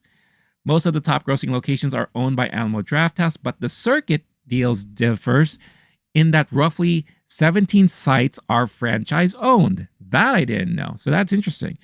Alamo Drafthouse also separates itself from other cinema chains in its overhead. It's not just a concessions and ticket taker staff, but also waiters and bartenders. Plus, I also feel like a lot of the people that work at Alamo, they're very into the know and knowledge of movies.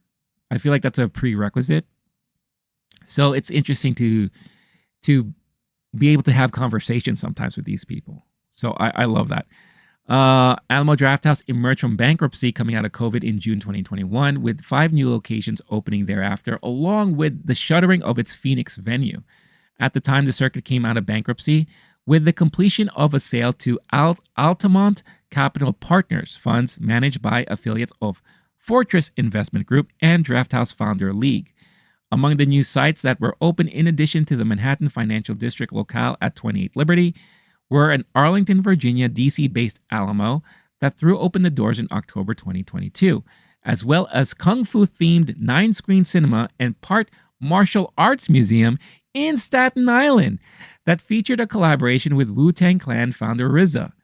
That Alamo opened in 2022. I didn't know they had one out there, and it sounds freaking awesome. Is that a reason to go out to Staten Island? I don't know. Maybe. I don't know. I have to think about that.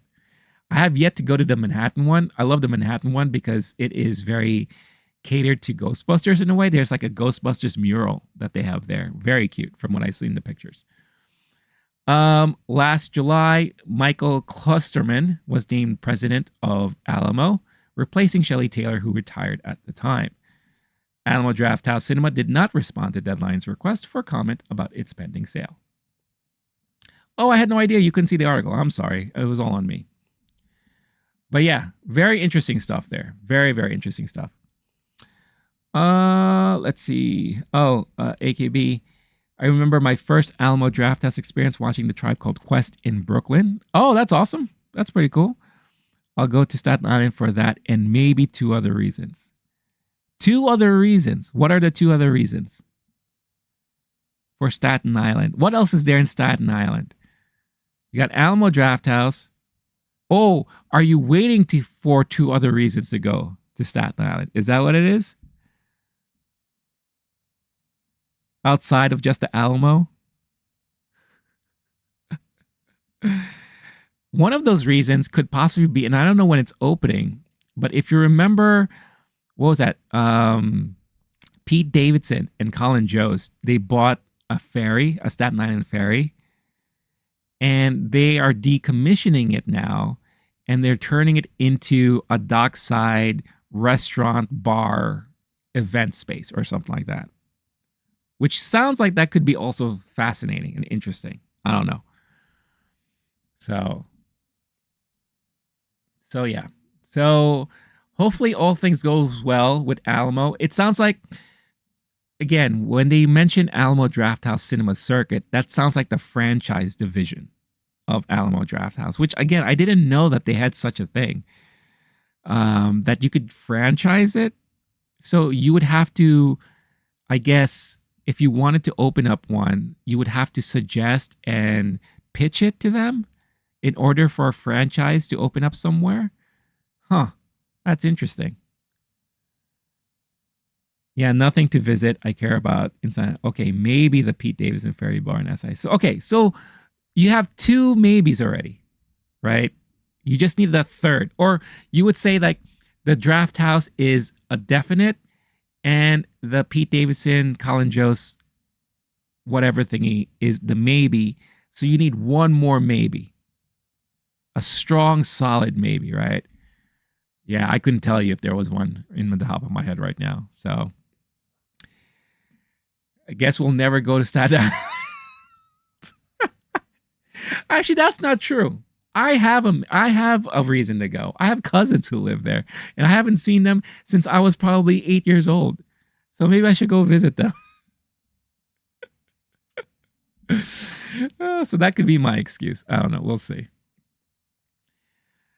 Something interesting. So I believe it was like a week or two now that it was announced that Rooster Teeth was closing down. Rooster Teeth was the home of Red versus Blue, which is probably their most famous product to come out of Rooster Teeth. So it was announced that point made. Yeah, yeah. Well, yeah, that's fair. That's fair. That's extremely fair. You're right. But it was announced that Red versus Blue, the final run, is going to be recut as a film. I'm here on Dark Horizons. With Rooster Teeth closing its doors, Warner Brothers Discovery Home Entertainment has announced that the 19th and final season of the company's comedy sci-fi series Red vs. Blue is being released in a single feature-length form. The final run of the series will be released as the 87-minute film Red vs. Blue Restoration, which will be available to purchase on video on demand on May 7th and rent on May 21st. In the film, the universe's greatest villain returns in a terrifying new form. Old adversaries, the Reds and Blues of Blood Gulch, will have to set aside the differences to save the galaxy one last time. I'll be honest, I had no idea that this thing was still going on. I think I stopped watching Red versus Blue after what, season 4 or 5? I had no idea it's been going on this long, this whole time. That's kind of insane. Series co-creator and Rooster Teeth co-founder Bernie Burns returned after a 4-year hiatus to pen the script for the finale, with Matt Hullum directing. Warner Brothers Discovery opted to shut down the money-losing Rooster Teeth Entertainment division earlier this month, putting employees and contributors out of work. The studio aims to sell the catalog and intellectual property rights to Red vs. Blue and others like Ruby and Genlock in the near future. And there is the teaser trailer here, which I will not be checking out because I'll be honest, I have no interest. I'm just going to be completely honest with you. I think the story is interesting, but look, Red versus Blue had its time at an appropriate time when the Halo franchise was at its peak. And it was poignant comedy because everything that they experienced on the show, on the series, us as players can relate, and because we've experienced it ourselves. And it's like the stuff, the commentary that we would make, they addressed on the show. So it almost felt like it was an outlet for us. And it was as if our voices were being heard and we were being understood as players of Halo. But after I stopped being interested in Halo, I just stopped being interested in Red versus Blue. And basically that was like around Halo 3-ish era. And I kind of just stopped. I just, and I never looked back. I was never, interested in going back. And I guess that's another reason why I had no idea that they were still doing this damn show. I'm so curious as to what kind of viewership they were getting, because none of my friends I've heard mention Red versus Blue in ages. So, yeah, AKB is like stopped after season 5 or 6. Yeah. I mean, it's insane, So it is what it is. As far as other series that is being canceled, this one didn't even have a chance to see the light of day. And that was the reboot of Rugrats on Paramount Plus. So Paramount Plus purges Nickelodeon series. Paramount Plus has just purged 10 Nickelodeon original series from its platform, joining other Nick titles removed from the service in the past few months. Several made for Paramount Plus titles, like Big Nate, Rugrats, are both gone, as is the Are You Afraid of the Dark remake. Also out are Blue's Clues and You, It's Pony, Middlemost Post, Ollie's Pack, Ryan's Mystery Playdate, Santiago of the Seas, and That Girl Lele. The extraction of Nick material is said to be part of the $700 to $900 million in content removal charges already flagged in the company's Q4 earnings call a few weeks back. Paramount is putting more focus on international content in its efforts to increase its mass global appeal and appeal to potential buyers for the company, which involves rationalizing original content. Even so, the network's kid and family content consistently ranks among the most watched and rewatch programming on the service. Paramount is having a lot of problems. They need a buyer, they need money, they need backing. And I'm guessing and I'm assuming all of these things that they purged just were not cutting it. They weren't doing it. No one's watching it. So why even bother having it? I will agree. The one great thing about Paramount is that you have access to a lot of the old Nickelodeon stuff. So, of course, you have your SpongeBob's, right? But if you wanted to go even back, I remember one of the first things I ever watched on Paramount Plus when I got a free trial like a year or two ago was Double Dare. They have all the seasons of Double Dare and they have all the seasons of Family Double Dare. And there's a guilty pleasure I have in watching Family Double Dare because when the parents fuck up, you see the kids get so mad. And I love seeing that.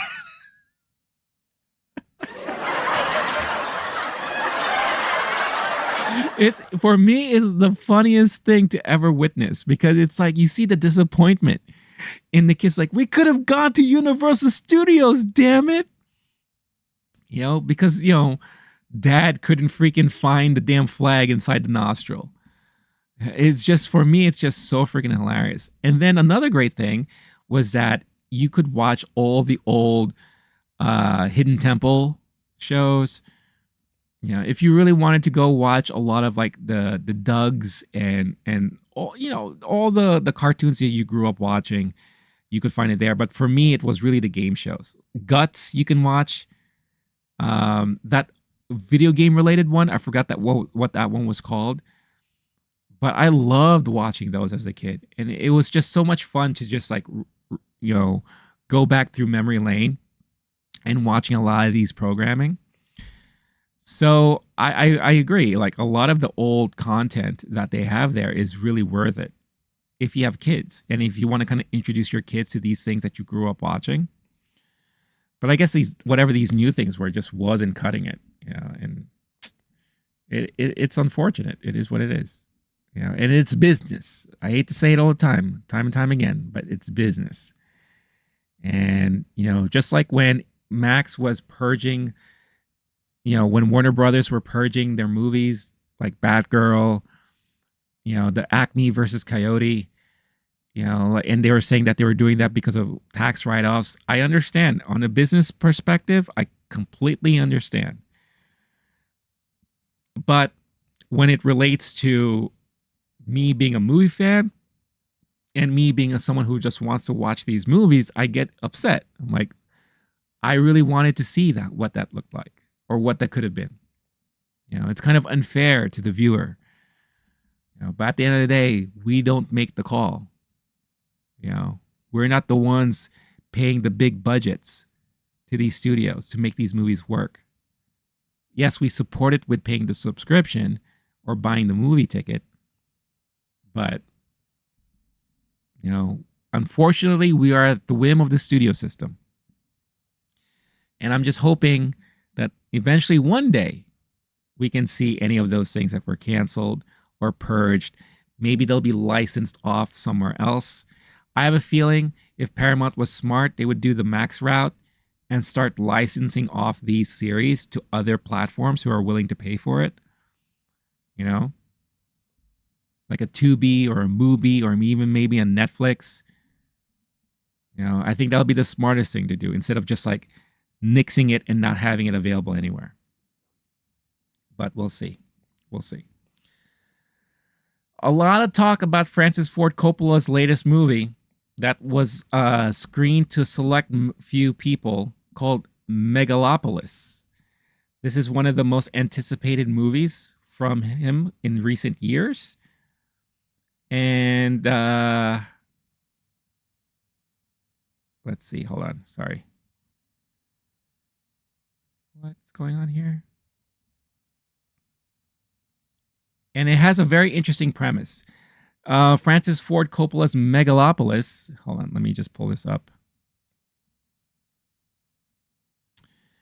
Follows the destruction of a metropolis, which brings clashing visions of the future. An architectural idealist, played by Adam Driver, and the mayor, played by Giancarlo Esposito, awesome cast, debate on whether to embrace the future and build a utopia or take a business as usual rebuild strategy.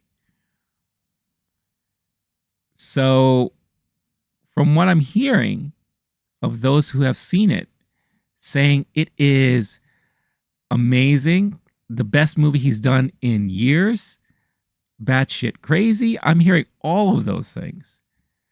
And I'm not sure if they even have a release date planned for this yet. Megalopolis movie release date. Let's see. It's expecting to come out this year, but there's no solid date yet. Also starring in this movie is Aubrey Plaza. I had no idea.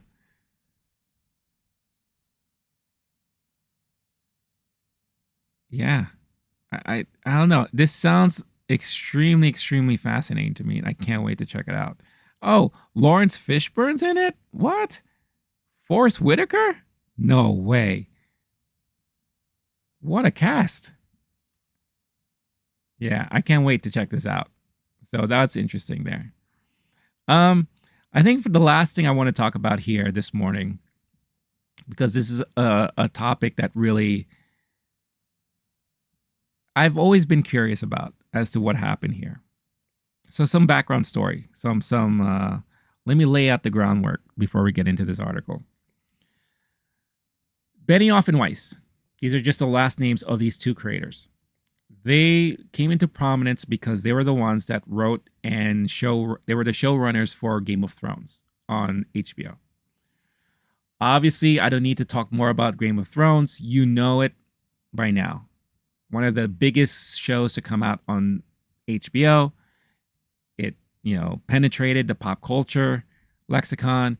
It was well beloved and well hated towards the end of its run because, it was adapting these famous books from George R.R. Martin.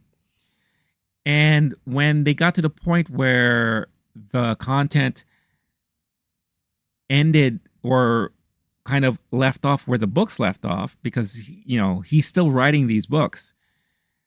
Benioff and Weiss were charged for creating what's next for the series at least.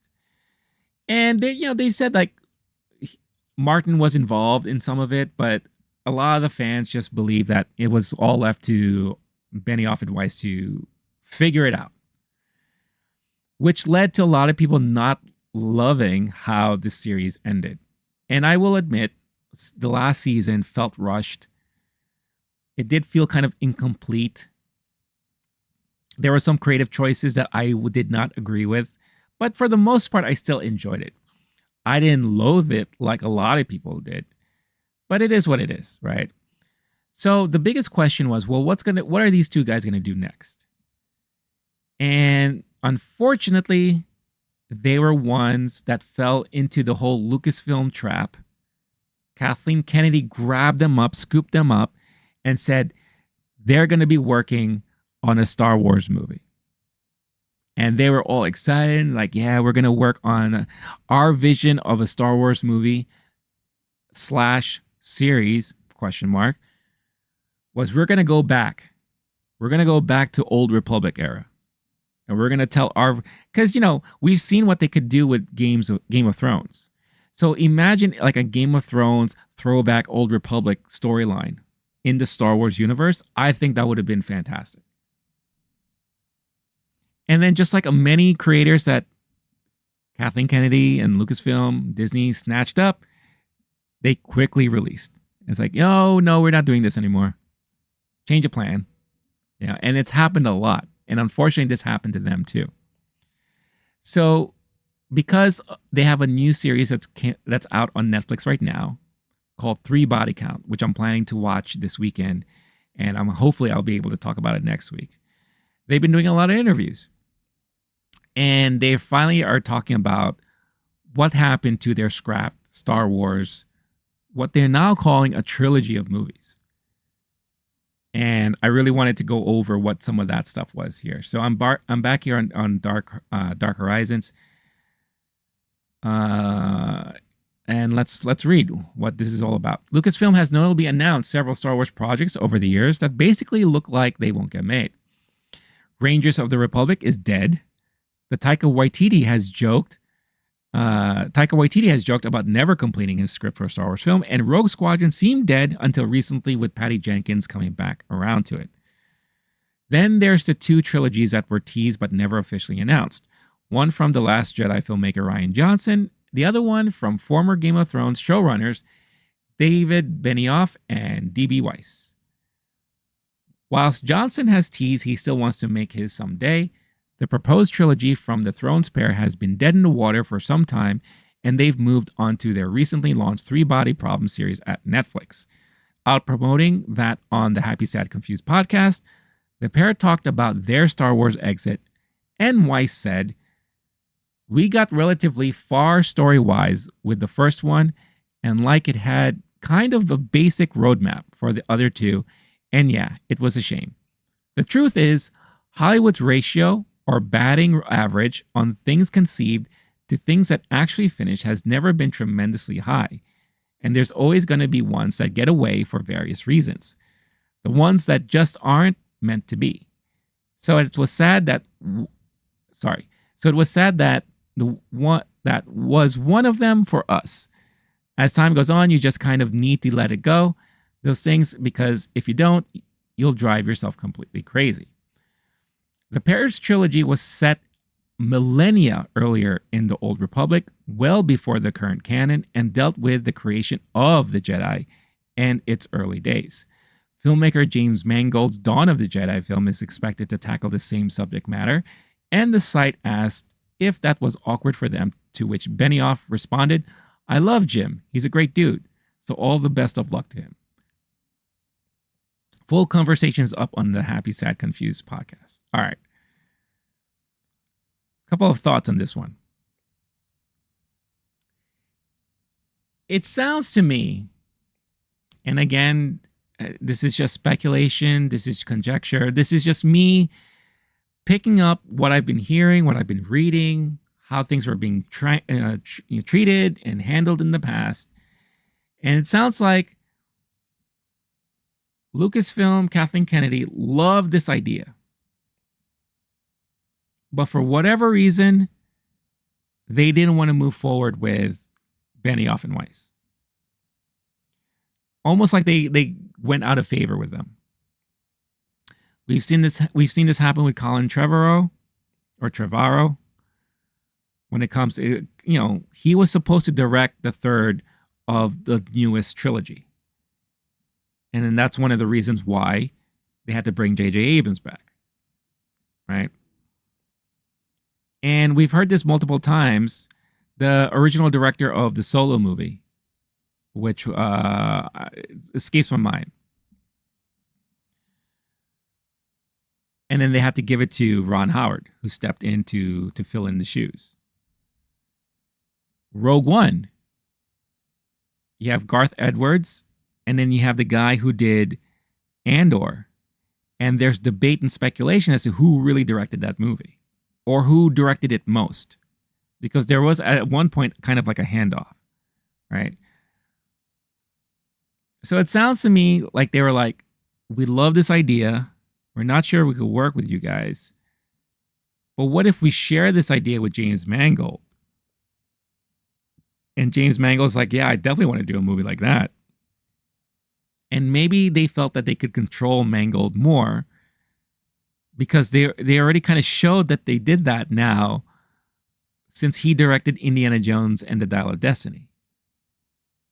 Like, it didn't really feel like a Mangold movie. It felt like a Lucasfilm product.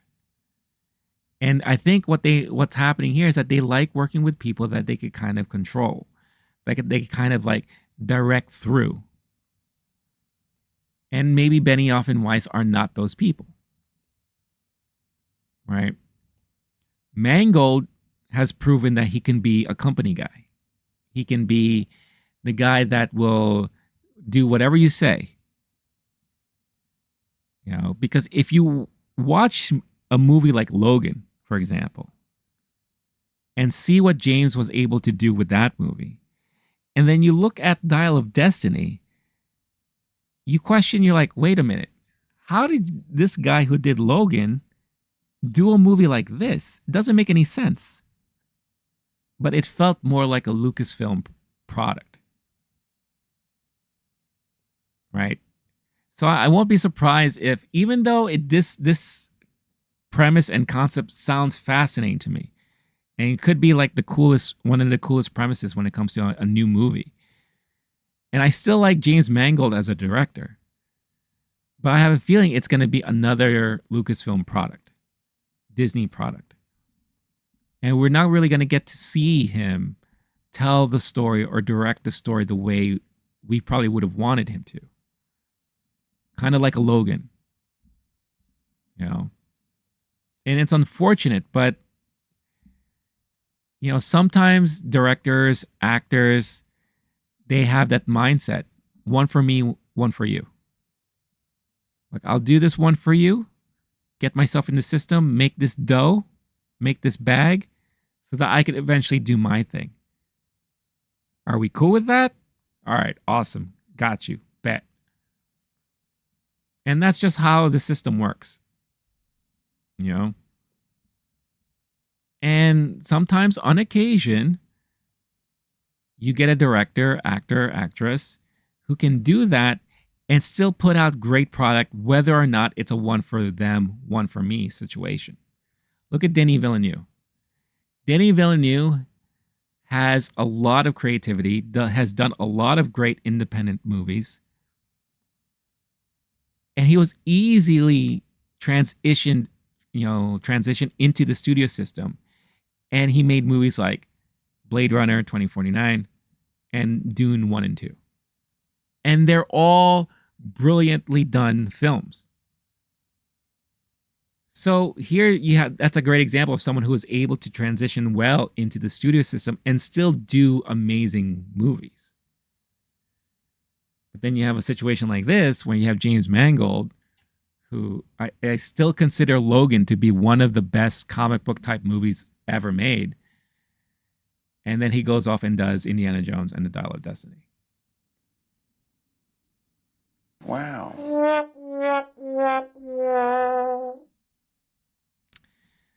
So, am I still going to be looking forward to watching it? Of course. Am I going to be expecting a lot from it? Not really. Would I be surprised if, let's say, in a couple months from now, they announce, oh, James Mangold, he's not doing that Star Wars movie anymore? I won't be surprised because it's just so common now. You know, like the whole Taika Waititi thing. I mean, I think he should just give up. Don't bother writing your Star Wars script anymore. Like, I think at this point now, all he's doing is trolling us with it because he tries to bring it up every chance he can. You know, like, what was that comment he made? He's like, oh, the script that I'm going to be working on for Star Wars is going to piss off everybody. Why even bother? He's like Hollywood's biggest troll. I mean, he's a funny dude. I like the guy. You know, in his sexcapades. And if you don't know what I'm talking about, look it up. Dude has like crazy threesomes and whatever. And he's not shy to like talk about it. You know? But like at this point, like why even bother? It's just a bunch of horse shit. You know, I don't know what they're doing in their movie division over there. You know, we're supposed to get everything is Dave Filoni, Dave Filoni, Dave Filoni, Dave Filoni, and Jon Favreau. Filoni, Favreau, Filoni, Favreau.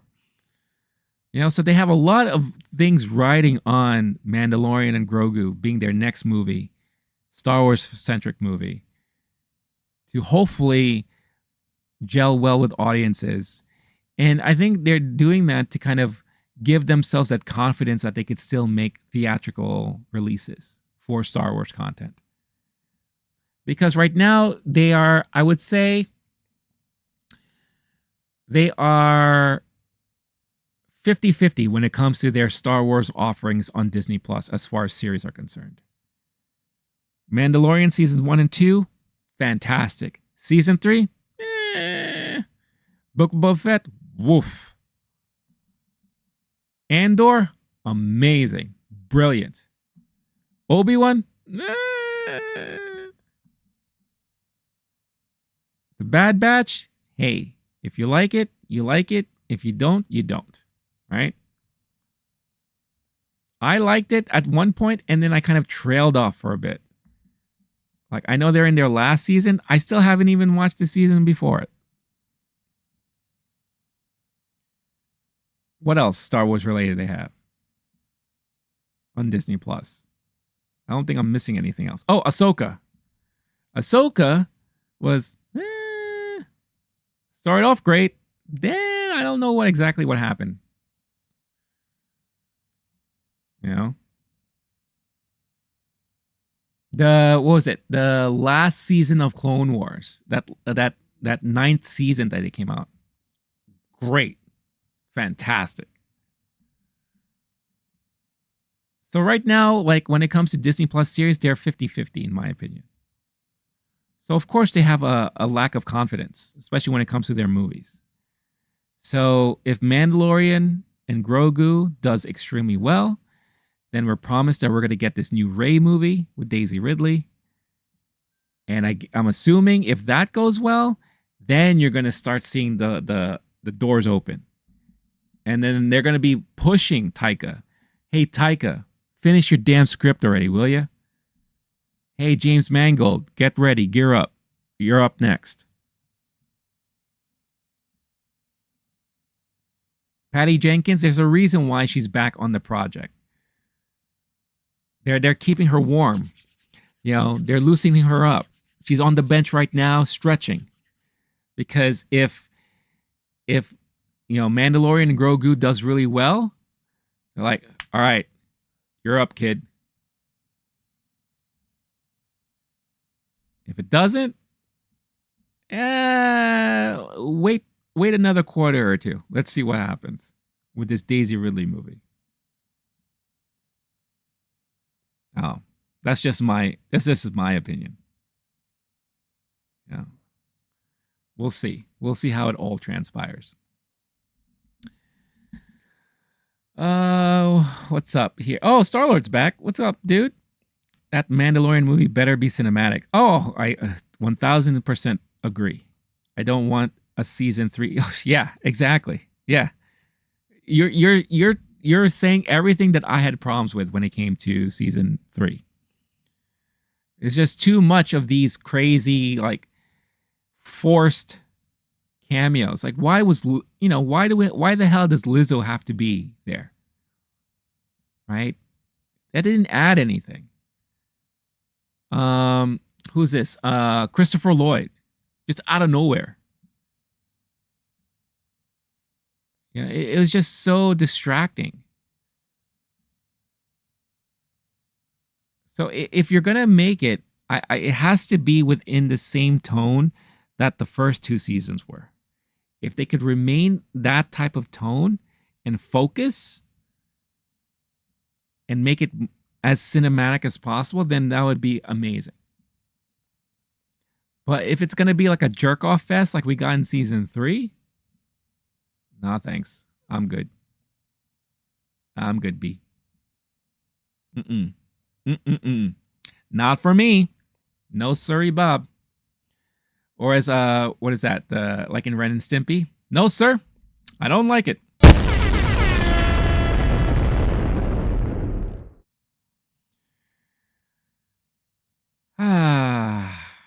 What a morning. So we're coming to the close of March. And I know I said like last time, like that was the last thing I was going to talk about, but there was something I forgot to mention. And I don't know exactly where this all came about, but apparently the month of March was deemed Empire Month. Like, since we're sticking with Star Wars here, and it was to celebrate the villainy of Star Wars. And I have no idea. Oh, I get it. Empire March. I just put 2 and 2 together. Empire March. I get it. I get it. I get it. So they were doing a lot of things to kind of celebrate in the month of March, the villains of Star Wars, right? And one of the things that they did that happened right here in my hometown in New York City was that they teamed up with the Empire State Building to, one, they did a special screening for Empire Strikes Back, which sounded interesting, but I honestly didn't want to go and check it out.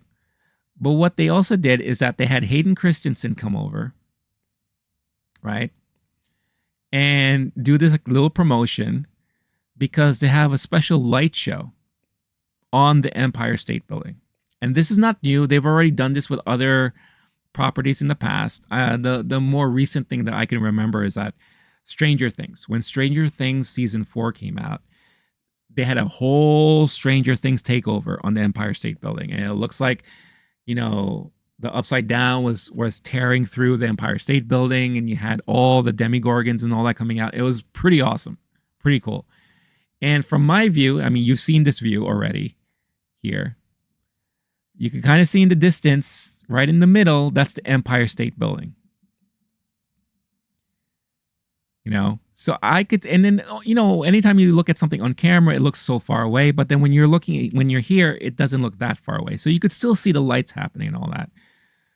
So when they were doing this, there's this little video that they put out celebrating it with Hayden Christensen there, right? So you see they had someone dress up as Vader. He like turns on the lights. Look at him like looking like a kind of shocked and bewildered, you know, posing up on the top and everything. Very, very cool stuff, right? But they posted the video on YouTube about with the light show. So you could really see the light show appear. Because from where I am, you can't see details and specifics. I just saw red. I saw a lot of red. That's all I saw. So let's check that out because this is my first chance in trying to see this here. And we can close out the show this way. All right. So they're calling it the Empire State Building Takeover, Star Wars Takeover.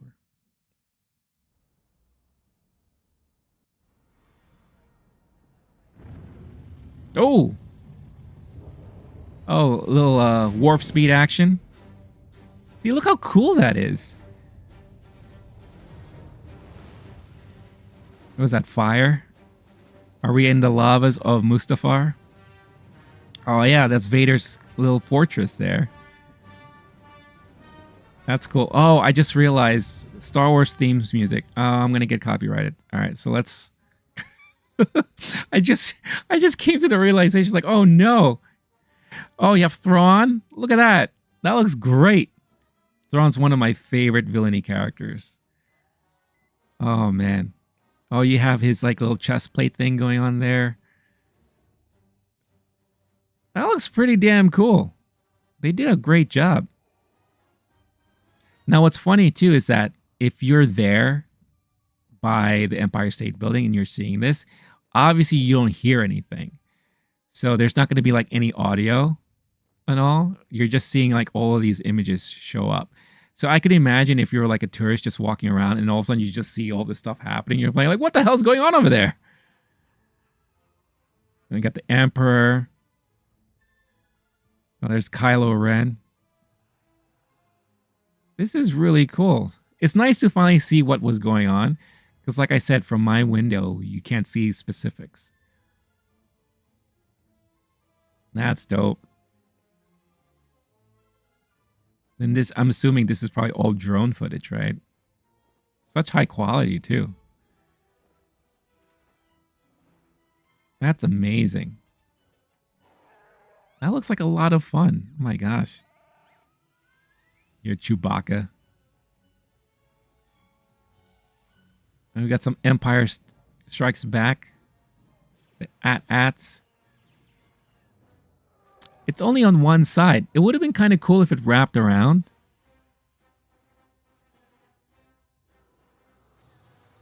Oh, see, that looks dope. Oh, that fits so well. The trench scene? Oh, that's so cool. They should have continued doing that. Like a top view of the trench scene.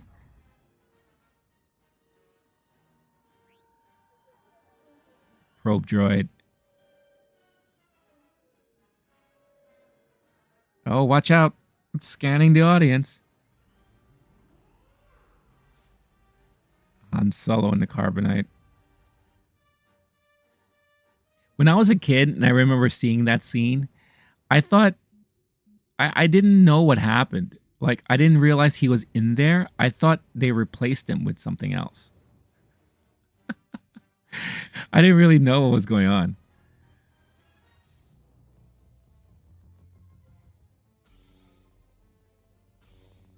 That's cool.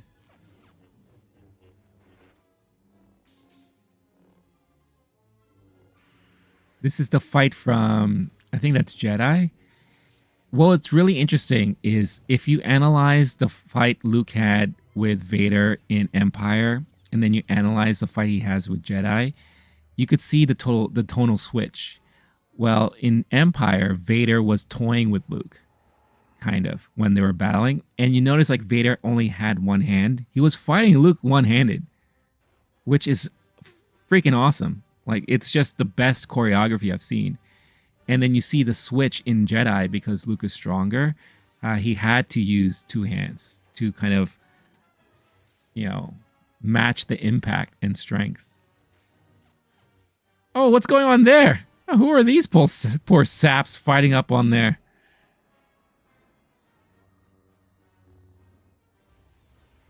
Are they still up there as this is going on? I don't see anything.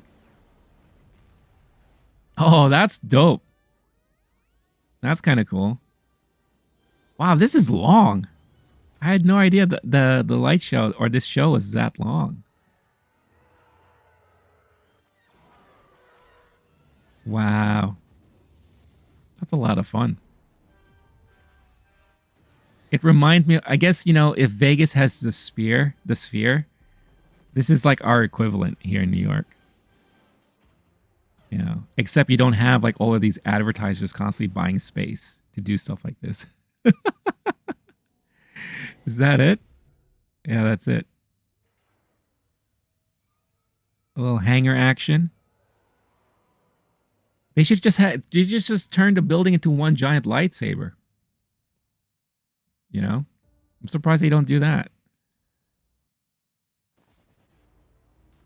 That was cool. That was very cool. Good job, Star Wars, Disney, Lucasfilm. I enjoyed that quite a bit. I should get a telescope. I should. I should. So I could see stuff like that. That would be cool. I remember as a kid, I always thought it was cool to get a telescope. I don't think I ever got one. No, I never got one. Because stargazing in New York is hard because of all the lights emanating from the city. So yeah, you could see like the moon and all, but it's not that great. But yeah. So who knows? Maybe I'll invest in a telescope one day. Or get binoculars, like really nice powered binoculars. So I could like check out. It sucks too because it's not like I have a building in front of me where I could kind of use my telescope to spy on people. Not that I would do that. But I remember in movies that's always the case, right? How in movies they could always like they'll use a telescope to spy on people in other buildings and like then they watch a murder happen and like oh no, what's happening there? And it becomes this crazy plot.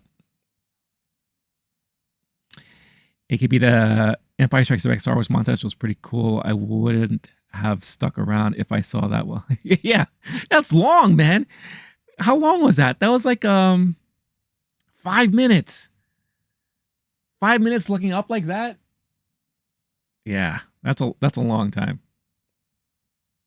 And you can't even hear anything, so you can't hear the music or the sound effects. What really sucks is if you were in the building on the observatory and that was happening, you probably can't see any of that stuff. I think you'll hear it because they play the music and the sound effects and all, but you can't see it. So that would be a disappointment, I think, for me.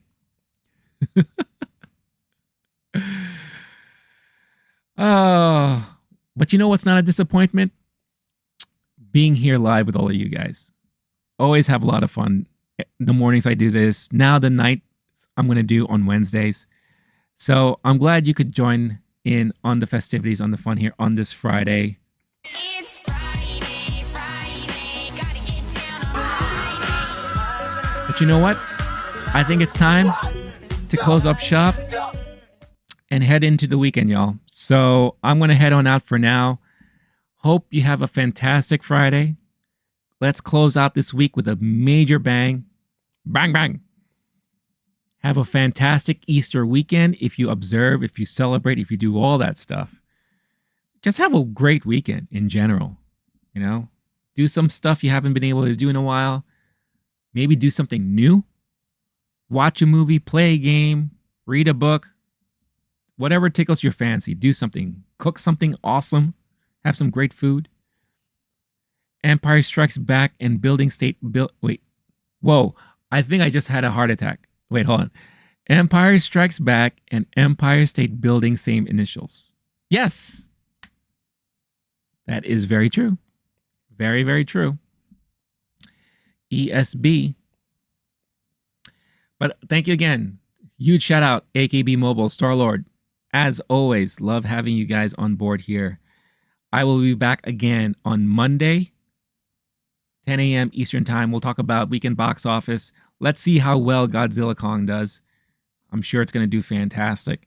And let's see what kind of a drop Ghostbusters Frozen Empire will have. But enjoy your weekends all. I'll head on out for now. Catch you again on the flip side. Goodbye, everyone. Peace.